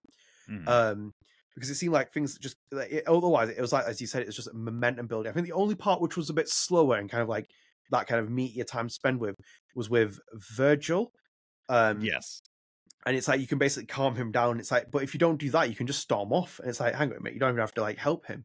It's like I spent more time calming him down, got a trophy from it, but it's like there was like more time spent with him, like calming him down, giving a deeper exposition, etc. But generally speaking, it's just like it's a head-on episode. It's like everything just culminates into this. It's like 3 minutes into the opening episode, it's like bang, here's a big choice, and it's a bang, here's another choice, and here's another choice. It's like not criticizing it, but it just felt imbalanced. If anything, it's like we're going from like A to C in lightning speed here, and it's like we're just like scooching past everything as fast as humanly possible. And not taking away from the quality of the episode. The quality of the episode was good, but it's just the expanses of it. Do you like? Here's basically the thing with the actual like entire contents, and this is going to sound a little bit mean as well. It's like basically trying to like buy a portion of McDonald's fries now in the US, where it's egregiously more expensive, and even the portions might be smaller because of inflation. But it feels like that with the entirety of the Expanse. It's too short, man. It's too short. Yeah. They basically should just release the full game and made it chapter based like they did with True Colors, because it's not episodic by any, like it's not traditionally episodic in the way that we know Telltale games, because I think it was like 2 weeks was too short of a wait. Like it was just kind of like it just the next episode came out and we're just like, oh right, it's 2 weeks later. Shoot. Would I've rather a month? Maybe, because that's a more traditional episodic game release, but 2 weeks was just too short for me. Yeah. It was basically like I was getting to the point where I could have sat down in one experience, played it all in like a couple of hours, been done with it, and that's it. And it's like instead, like they kind of like scratched that entire idea of doing like a couple of months or monthly episodic releases, etc., because they bought on the playing time of it, because you didn't invest yourself as much into it as you could. So it's like with this game, it's like as you said before, it'll look a lot better. In hindsight, because like people will really enjoy it in the sense that you can just play the entire thing in full experience, and it'll also be cheaper. I think like when I prior to the episode coming out as well, I think they put like a 40% discount on the entire game or something. So it's like people could get it even cheaper. But it's like I was just kind of like left wanting a lot of in parts of it. Like there needs to be more time spent on certain characters. There needs to be more exposition with certain characters. There needs to be more time exploring characters. I asked you like 2 episodes in, or like when we were 2 episodes into the game, I was like, is this a Deck 9 game or is this a Telltale game? This for me is a Deck 9 game, but with the shadows of a Telltale game. Like I agree. There's a development cycle on both studios doing it together, but at the same time, this is like so out of place for a Telltale game compared to other Telltale games. If you played it, if you compared it to a string of games that came out from like 2015, 2018, or even backdating that for Telltale games, it's very different. It feels very different. It's like it's got the essence of Telltale, but it's still not got that substantial meat and the bones that other Telltale games have had. And unfortunately, I can't like forgive the fact that you can basically have like, this package that you pay for. And I think it was almost 30, 40 quid I paid for it, something like that. In the package I bought. No, you paid for the deluxe and you didn't get your... Oh, no. I did get the deluxe. Yeah, I cleared that up with PlayStation. Yeah, I cleared that up with PlayStation. Basically, when you download the deluxe edition on PlayStation Store, you basically get the original edition. It just defaults for some reason. So it's like either way, you still have the deluxe edition. You'll get access to the episode later this year. Weird. Yeah. I don't know why it works that way, but it's like almost 40 quid for this. This is almost like double the price, I think, of any other Telltale game from like 5 to 10 years or something. And it's like it's almost shorter than them all as well. And the quality for me is like in places and parts inconsistent, because like now you take this game in full and play it, I think you'll really enjoy it. But if you play it separately, episodic, we kept saying there's pacing issues here, the pacing issues here, is too short on this experience. It doesn't really reflect as greatly as it does. In itself, the series has given me a reason to play The Expanse. Watch The Expanse, sorry. I'd like to watch The Expanse because I kind of have some interest in the characters, the universe and stuff. That is one of the kind of positives from it. But in terms of episode 5, it's just like it's just like fires all the way through. And I think like one of the save files, I was messing around with a couple of save files and I loaded up the wrong one. And in this one, Cox was alive in one of my save files. So he actually turned up as well. Yep, that was me. And I was just like, there was no real reason to save him. Like, I don't think there was any real reason to save Cox. No, like, because obviously I don't know what happens with Maya there and other characters. Like, there's still like, I need to go back and play it through as a full playthrough now and try and save everyone. I think that's the best way to play this, is play it all the way through. Now that we know, by the way, my Xbox, it will tell me like how long I play the game for. And my mark was exactly 5 hours, 30 minutes to beat the entire game. There you go. And it's just like, wow. Like, and I took some time to explore too, and it was 5 hours, 30 minutes. And I was like, wow. Yeah, I spent a lot of time exploring as well. Let me see if I can pull this up on my PlayStation app and see how much time I put on it. I spent time exploring in parts. I think that the finale was the only episode which I didn't like thoroughly explore. For some reason, it says I have played. No, that was 19 hours ago, not 19 hours into the game. I was about to say that could have been something quite something. Generally speaking, though, I think The Expanse is an interesting experience. But however, I hope that this is not what The Wolf Among Us 2 is like. I don't think it will. Yeah, I think if they keep delaying The Wolf Among Us 2 as they have done, and it's still in development stuff, it can't be the same length. It can't be the same kind of hours. It's just not. For me, it's just not from meat in the bone, man. You need more time and more experience. I needed more exposition with Kamina, for example, and like other characters on there. There's so much more interest in there. I mean, like Virgil at the end seems to have most of the exposition of any character with Kamina. Yes, I agree. I think Virgil was the most well-rounded character like of them all. Yeah, I absolutely think that as well. I think like out of all of them, even when you say like the Cox just turns up for like a brief cameo, just like kicks. What's it? Rayan is he called? Rayan, yes. Yeah. He's like he just hits him and then runs off. Arlen, sorry, not Rayan. Arlen, yeah, he hits Arlen. By the way, and then that's my proof. There you go. Expanse, boom, 5 hours, 30 minutes. There you go. So he just like basically hits him and then runs off. And he's like, Kamina, we're like equal, we're like square now. It's like, what? It's like, that's it. It's like he's gone now. Yeah, no, like, come on, man. It was just kind of like, I do think this game will age well in the way of just like choices and all that, but it needs to be played all the way through. Like, to play it episodically, it just didn't work. No, and also, was Tor dead in yours by the time you got to him? Tor was dead, yes, because let me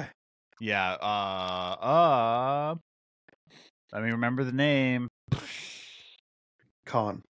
Yeah, thank you. Because Khan shot him dead. Because like that was anticlimactic for me at first, because I didn't realize it was Tor that got killed. I just wanted a random like pirate, and I was like, hang on a minute, wait a minute. No, and then the choices afterwards, I assume he's still alive. If you probably get there faster, so it's like you'll probably like get involved in another sequence instead.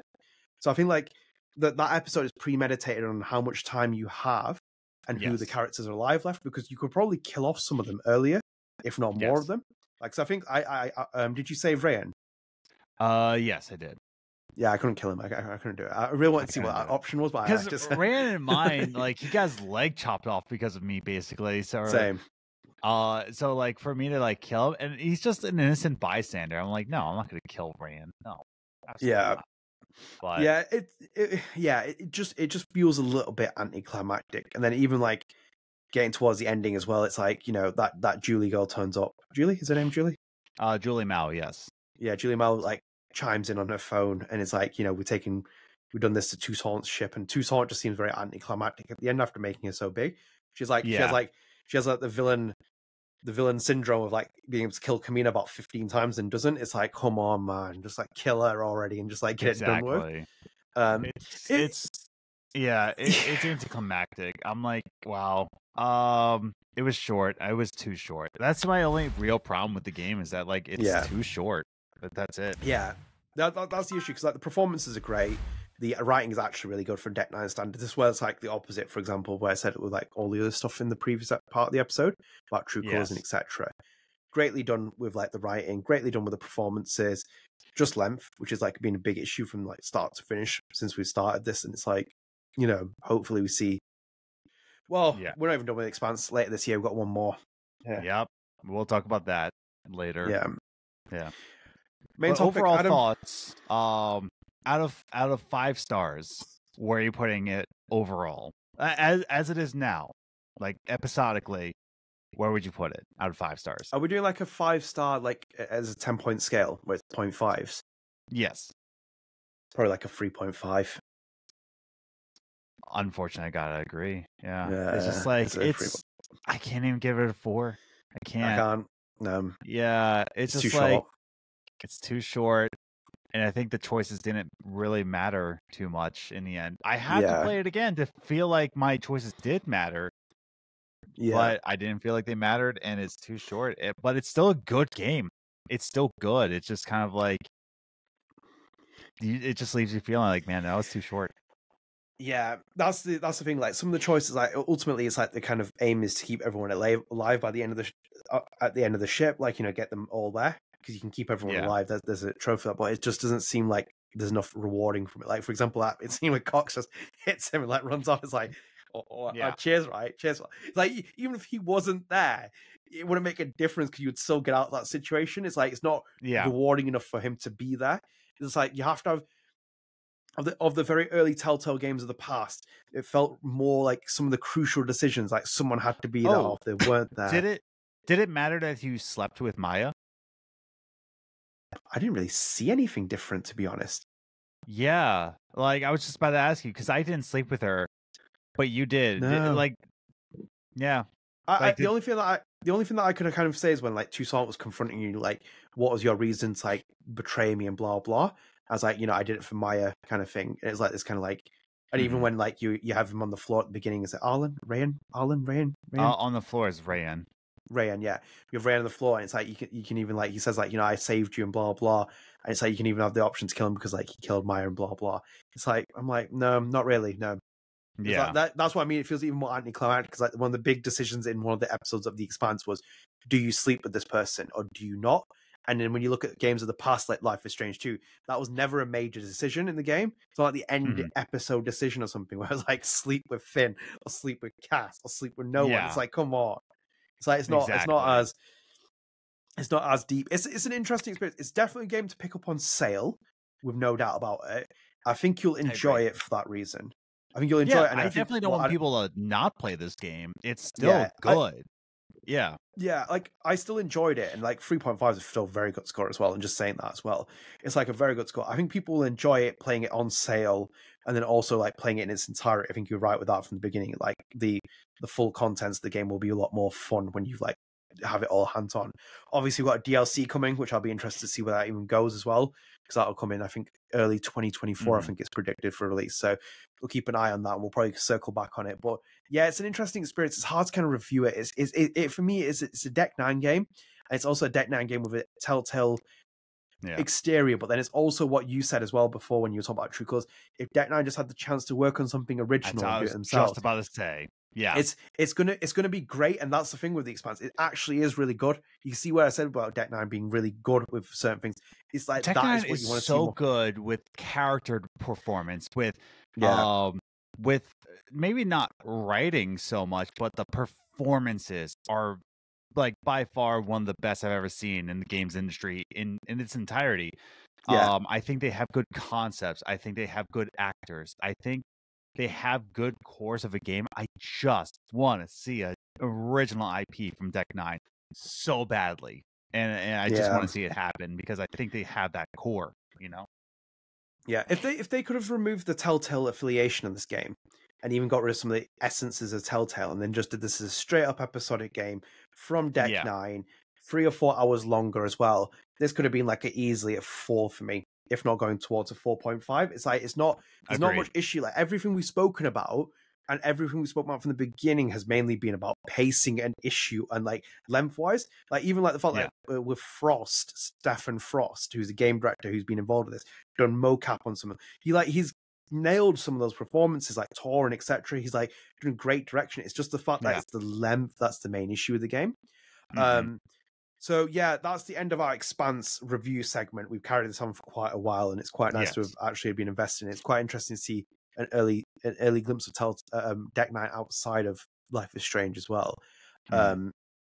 So that'll be fun, and hopefully we'll circle back on the DLC next year. Adam, should we go into our main topic? Let's do it. Yeah, let's go into our main topic now, because I've been waiting for this one. So this is just based on the idea that it was on this 21st of September, Don't Nod, Square Enix, Life is Strange, etc. all tweeted saying, Max is, and this is from Don't Nod, Max is turning a year older. Happy birthday to Max and all those born in September. And I said to Adam, in reference to this, I was like, do you think Max is the GOAT Life is Strange character? And GOAT means greatest of all time, for anyone who's wondering. Adam, Max, is she the GOAT?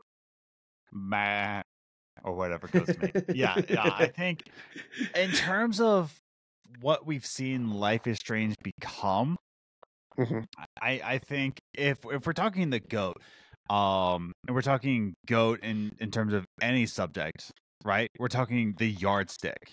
Like, when we talk about the NBA, are they better than Michael Jordan? Are they better than Michael Jordan? If they are better, that becomes the yardstick, you know? So that's why LeBron James is the no.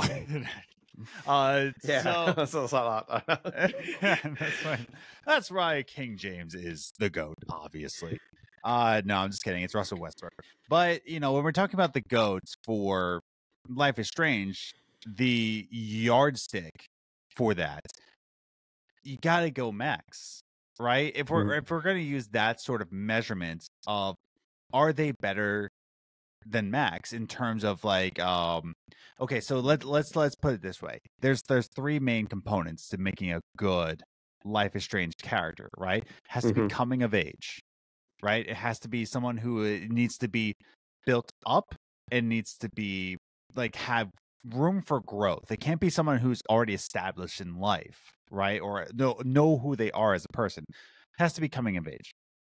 Secondly, it has to be a person that is sort of caring and has that sort of empath, right? It has kind of like an empath thing because there's a lot of emotion going on with Life is Strange, right?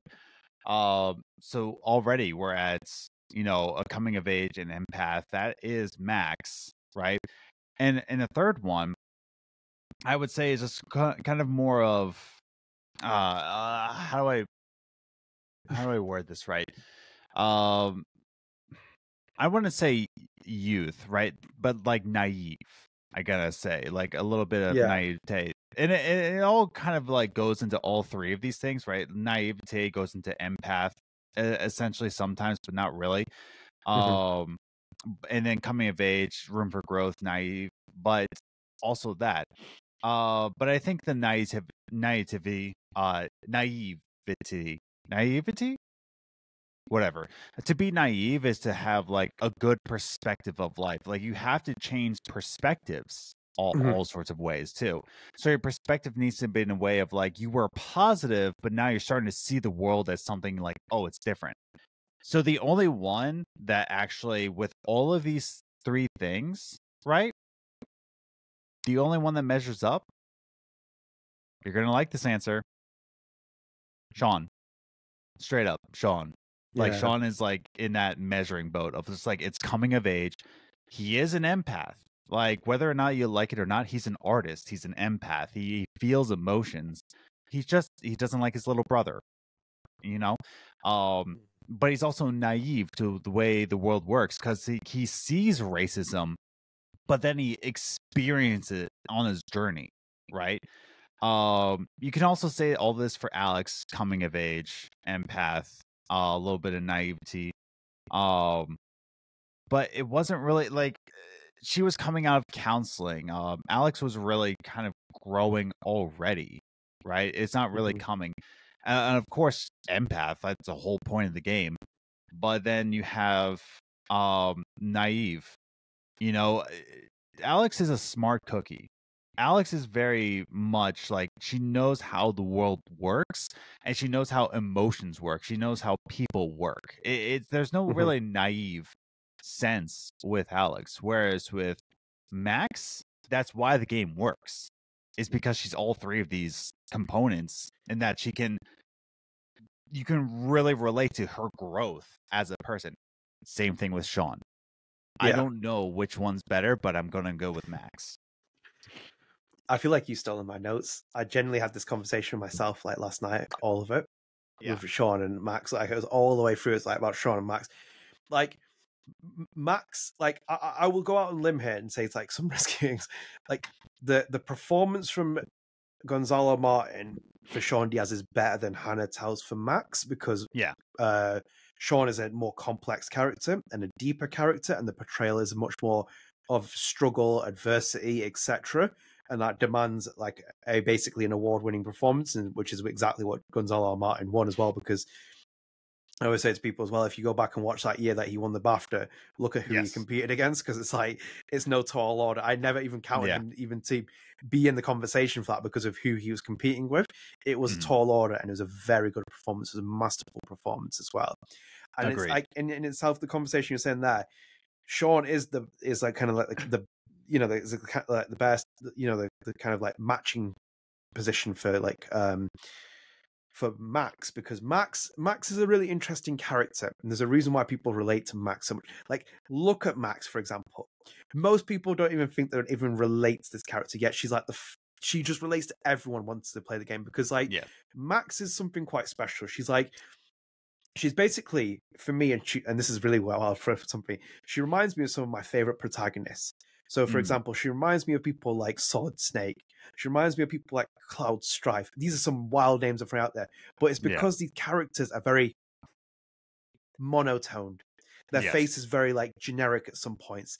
Like they'll do things where they question things. They won't have like technically speaking, they won't have their own personality. What they want more than anything else, from my perspective, is they project your personality onto the character. So, for example, if Max turned up in a future Life is Strange game and Deck 9 was writing her in some kind of way, let's say, for example, Life is Strange 4 is made and Max makes a cameo appearance, and it's not the Max that you played as, you'll feel heartbroken by it. You'll feel devastated by it, because Max can't have her own individual personality, the one that you can't associate yourself with. It's almost an impossibility, because Max needs to relate to you on certain level, because you relate to her on certain level. You're projecting your personality. Every choice you make in the first Life is Strange dictates your Max. That's the feeling of it. Because like any person you ever speak to, and I've had enough conversations with people about Max, it's always very different about how they feel about her. Whether you like her, whether you don't like her, it's all shaped by the way that you've had time with her. So like that's why she's so great, because like universally, and the way that like Michelle, Luke, Christian Devine, all these people that don't know had made her. They made her such a like kind of like a memorable character, and why people really remember her so much and have such strong affinities, because you can basically project so much onto her. Me and Hannah had these conversations about like, you know, like autism and like neurotypical behavior and all this stuff about Max, like for many years later, as I did on one of the podcast episodes. And it's like, for me, it was like that there is a lot to ask about Max. It's like they kind of like allude to the fact in her files that she might have like, you know, some kind of like learning difficulty. She might have some kind of like, you know, she's not necessarily quote unquote what society deems as normal. I remember there was like this. I think there was this piece I remember reading about in like a French outlet, and it was with Serena's mocap. Serena was mocap actor for Max in the first Life is Strange, and I believe in there as well, someone translated. They said that basically Serena walked around in a circle for quite a while, and I believe that when, off the top of my head, when I was talking to her on Life After Strange, she was saying like she would walk in a certain way. Like one of the shoots was basically her just walking. She'd just walk, and she'd walk, and she would walk, and they basically did this just non-stop.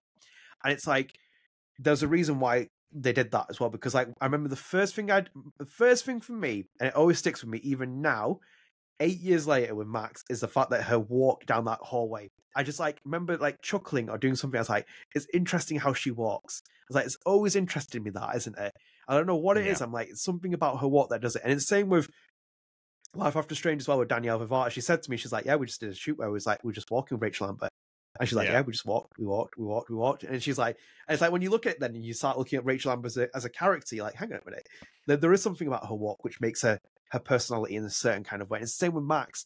Max walks in a certain way. It's like, whether, for example, if you have autism, you have ADHD, you can project all these onto Max and make her feel like she's a character you can associate with. That's why she's like, for me, the GOAT, because like, she basically is a character that has like so synonymously tied herself with the series that every other protagonist that has come after her has had like a tall order, and only really Sean has like stood on his own ground, but he has to stand on it in a different kind of way. He has to, because he hits what you said with all those criterias, like his adversity, his struggles, all his other things like define him for who he is. He's an empath. They're all empaths as well, but you relate to him on a different level because those are personal experiences he is feeling. However, you might not feel them. So you might not feel racism. You might not feel this. You might not feel you feel racism in different ways. But I'm saying he's feeling a certain kind of racism. However, with Max, for example, Max feels things in a different way. So, for example, when you get to Chloe, for example, and I had a friend who recently played Life is Strange. He's like, why the hell would I make Chloe's her love interest? And it's like, hang on a minute. It's like, but then most people are always like, oh yeah, I'd ship Chloe and Max. And oh yeah, like Max has to kiss Chloe. And oh yeah, she has to be in a relationship with Chloe, or oh yeah, she has to kiss Warren, and oh yeah, she has to be like Warren is her true love interest, and blah blah. And oh, Max is a really toxic person. How can she be so like narrow-minded towards Chloe? How can she like not be, you know, so more soft-spoken? Why is she so monotone? Why is she like this? Isn't this like loads of questions asked about Max? Max is like a case study. That's what I find her as well. I find her fascinating as a case study. It's like even like with the arguments about her spirit animal. We've had this about the doe. People are, oh, it's Rachel Lambert. It probably is heavily Rachel Lambert. However, it could also be about Max as well. A doe is an innocent creature. It's representative of a lot of things. It takes you on a journey, etc. Max's coming of age story is quite fascinating. Every actor that's ever played Max, and that's mainly Megan, who played her in Before the Storm as the motion capture, also did facial capture for the remaster collection. Hannah Tell, who was a voice actor for all this series, and Serena, who was a mocap actor in the first Life is Strange. Spoken to all three of those. It's the only character, I think, one of the only few characters I checked off in Life After Strange completed. And it was like, I really wanted to do that as well for Max. You find fascinating experiences that they had with Max. They all loved Max. They all had this feeling about her being really quite special, and she's this different kind of like anomaly in this universe. And that's what makes her so special, if anything else. She is the GOAT character. Like, there's no one else who can match it. I think there's your favorite character who's different from the most complete character and the greatest character. And I think, like, for me, I've always said, like, I love Dave Madsen. I love him as a complete character. I think he's got his own great story arc. Rachel Amber's my favorite character. But however, if always someone says to me, who is the GOAT character, I'm always going to pivot towards either Max or Sean. And it's going to be like the one that probably catches people off, but they are the complete characters. Their stories are just so relatable in different kind of ways, and they have to be. That's why the Don't Nod direction in storytelling is masterful from Life is Strange 1 and 2, because they basically make you feel so different about that game, but at the same time you can relate them on so many different levels. Think about when we spoke to Alejandro as well on this podcast, and he raved about Life is Strange. He raved about Sean Diaz, and he loved every minute of that. Most people will be like, nah, I'm not having this. I don't want this. Max is the kind of thing. You have different experiences with each character, and I think that's the main takeaway I get from it. It's like when, for example, you play some of those great moments in video games and you meet your old characters. I always remember, forever etched in my mind, most people know it, Pokemon Gold and Silver, you climb to the top of this mountain at the end of the game. You never expected it. People expect you to be in the top of this cave. You meet this legendary Pokemon, which will be like level gazillion odd. And that's kind of like the ethic of Pokemon. But instead, you meet the silent trainer who's standing at the top. It's Pokemon Trainer Red. And basically, he doesn't have any of the Pokemon maybe you had in your original lineup. However, he's you. And that's why, because like, remember as well, like in that Pokemon game, Red is basically a trainer who is just a character you've made. He's silent. He doesn't talk to people. He doesn't do anything. However, you gets that moment in Pokemon Gold and Silver, and it's seminal because you project yourself onto him. Yes. You were Pokemon Trainer Red, you're battling Pokemon Trainer Red. You know these Pokemon he's had. You probably had one of them at least in your team, if anything, at some point, because he has all the starter Pokemon. So you had to pick a starter Pokemon. And that's the thing with Max, for example. Max fits in the same vein as Pokemon Trainer Red, fits in the same vein as all these other characters I've mentioned, because she's basically relatable. She's relatable in the most strangest way as well possible, because she's one of those characters that you basically have to project yourself onto. Max, by the time you and it's in essence what you said about coming of age. This is it. The coming of age story is not just Max Caulfield; it's coming of age story for yourself, because you're dictating how you make yourself. The evolution of her character comes about from it, but that's why she's such a loved character, a divisive character, and a different kind of character as well. And I think like that is truly capturing a lightning in a bottle moment as well, Max. Like that's why the series has like struggled in different capacities to kind of keep momentum. That's why it's like really taking a hit with True Colors, because Alex Chen doesn't stand in the same bracket as Sean Diaz and Max Caulfield. She just doesn't. Yeah, she's quite like you have more personal experiences with Sean and Max, and in their own rights that make them special compared to Alex.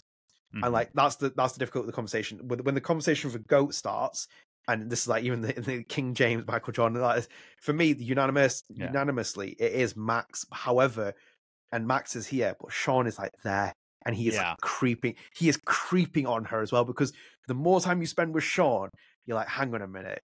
It's like like there's the thing. You relate a lot to Sean in terms of like, man, if I was in his shoes.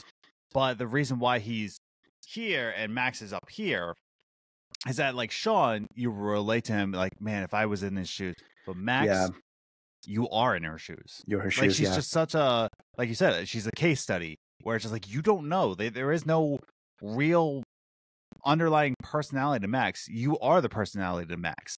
Whereas Sean, there's already an established emotion. But at the same time, you can relate a lot to Sean. But that's why I think that Alex isn't really there, because Alex is established.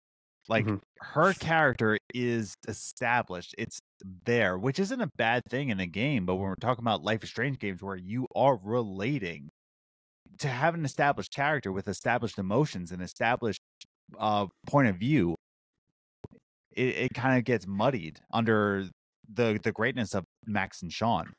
Yeah, because like, let me just give you kind of like, this is why I appreciate Max so much. Like, one of the things I always find fascinating. So, for example, let me go in this reference. So, when I mentioned Solid Snake before, so take for example, the first Metal Gear Solid. It came out in the late 90s on the PlayStation 1. Metal Gear Solid talk. Well, I've already mentioned it before. I know you already mentioned Snake. Yeah, but this is heavily relatable to Max, because it's like, in the sense that that first game is basically a sequel to a 1987 and 1991 MSX version. Most people never played it. However, that first Metal Gear game, and why it's revered so much in the industry, is because it's almost like it's a direct sequel, but also a soft reboot of the series. It carries things on canonically. It really does. However, the Solid Snake that you played as the first two games, you don't really know him. He's just a sprite. He doesn't have that much personality. When they designed the character in the obviously the 32-bit era with like PlayStation, Yoji Shinkawa, the legendary artist who like designed all those characters, said that he put very like pale colors into Snake. He's like, I wanted to make him like, I didn't want to give him strong colors. I wanted the person to feel like you were him. Yes. I intentionally designed him with that color. That's when you look at Snake's outfit in the first game. He's very pale. And then on top of that, it's the writing that he does. Everything Snake asks in that game, he asks with a question. Yes. Everything he says is it's like almost like a joke sometimes, but it's like it turned into a meme thing. He always responds with a question, with to anything you ask in that game. He always says it with a question. However, he does it because the entire point of that character at that point, you project your personality onto Solid Snake. And the same with Max as well. Max does the same thing. You project yourself onto Max. So when you're seeing all these scenes, you're seeing them through the optic lens of her, and you're defining who that character is going to be. So it's like, as you said, you step in Sean's shoes, you step into Max's shoes, you become you. However, when you step in Sean's shoes, you're like this lingering ghost over his shoulder, and you're watching it with those optics. But it's because like you can't relate necessarily to Sean, maybe on like a racism level, maybe not, maybe. But it's like more so on like the Hispanic level. If you're Hispanic, I imagine you'll probably feel so much a stronger affinity with that game than anything else. And it's like, but if you're Hispanic, I still feel you feel a very strong affinity with Max, even though she's a technically, what people would laugh at being like a very generic, plain white girl protagonist, etc. Yet you can really relate to this character, and it's like I've always found it with Max. It's always the thing that's like bothered me in a good way for the better part of like 8 years. I'm like, why do I like this character so much? It's like, actually, I can see why. I can see why. Like, there's when Vogue were doing those like ridiculous things with the covers where it's like Aloy's the greatest female protagonist all this time. I'm like, Max is a better protagonist than her. Yeah. And that's not even a complete slight. Like, I think Aloy's like generic 101 writing for like Guerrilla Games. I don't think it's anything special. And Max is nothing. Plain. Yeah. No, I was gonna say Aloy is great character. If you play the first game, which was Zero Dawn. Zero Dawn. Yeah. Zero Dawn, great character, great writing, great voice actor. But I think in terms of like a nuanced character, I think Max really hits it. But I think she's the GOAT. She's so plain, Max. That's what like sums her up. Look at her. She's like plain without being basic. Because she's not basic, but she's just plain where you can she is a canvas that you can project yourself onto. Yeah. It's like when people sometimes throw that kind of like offense where it's like you're like, oh, you're really beige, or it's like, you really like live a simple life. Sometimes people crave that in life.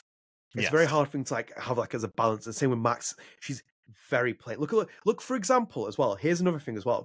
And here's one that always like really makes me feel like psychologically like quite a little bit disturbed a little bit as well. Max doesn't have like a true identity. And by the time you get to the third episode, the love interest that she has, or the girl that she'd known, her old friend, this coming of age story that she's reconnected with, dresses her in the exact same outfit of what we later learn to be her dead friend / girlfriend / love interest.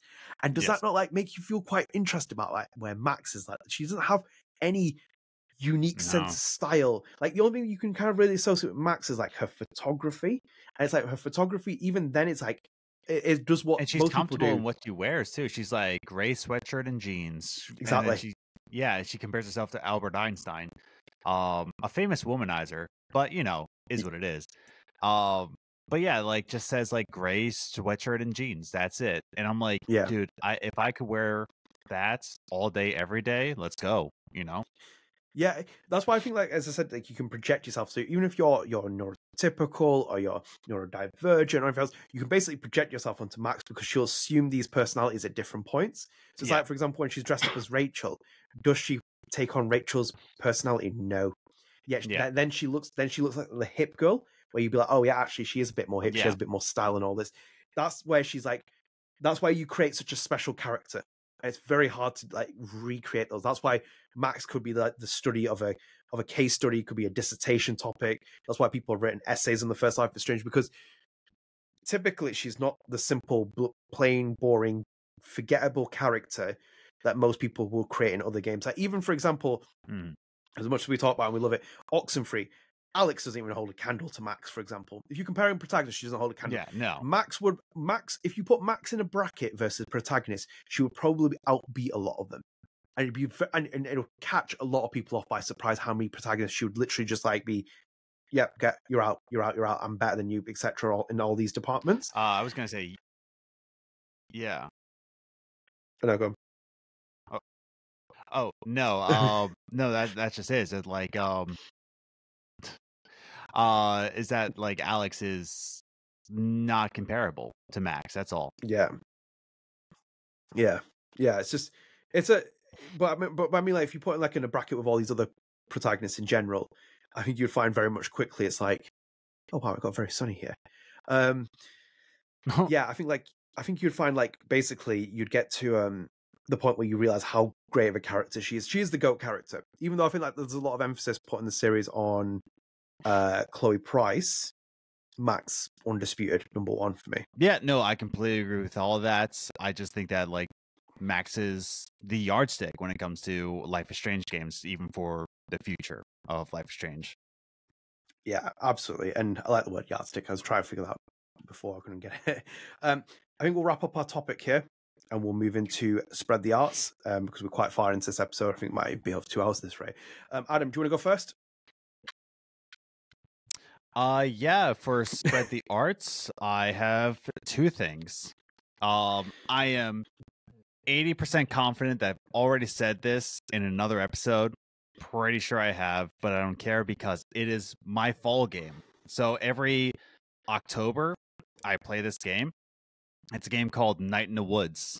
If you like Life is Strange, if you like certain characters who are empaths, coming of age, trying to be who they are, I think Night in the Woods is a good one because there is no voice acting. It's just reading text. But I think the gameplay is really fun. I think it can be funny at some certain times. It really doesn't take itself too seriously, which is why I like the game so much. But it takes place in October in Western Pennsylvania. It's a good fall vibes kind of game, and I think the story is really good. It's a shorter game. But yeah, it's every October I play Night in the Woods, so that's coming up. And if you haven't picked it up, try out Night in the Woods. I know Adnan hasn't played it yet. I'm not sure if he would like it or not. I'm only 50% sure that he would like it. Yeah. That's the yardstick in this conversation. Yeah. I think you would enjoy it, but I think there's certain sections in the game where you're just like, what the bloody hell is this? I think you would enjoy it, but not as much as you did Oxenfree. That would be my yardstick. But that's Night in the Woods. That's what I like to play in the fall. So I did mention also that September 30th, there's two things happening. Oh boy. Finally, a new EP is coming out for Cast of Garden.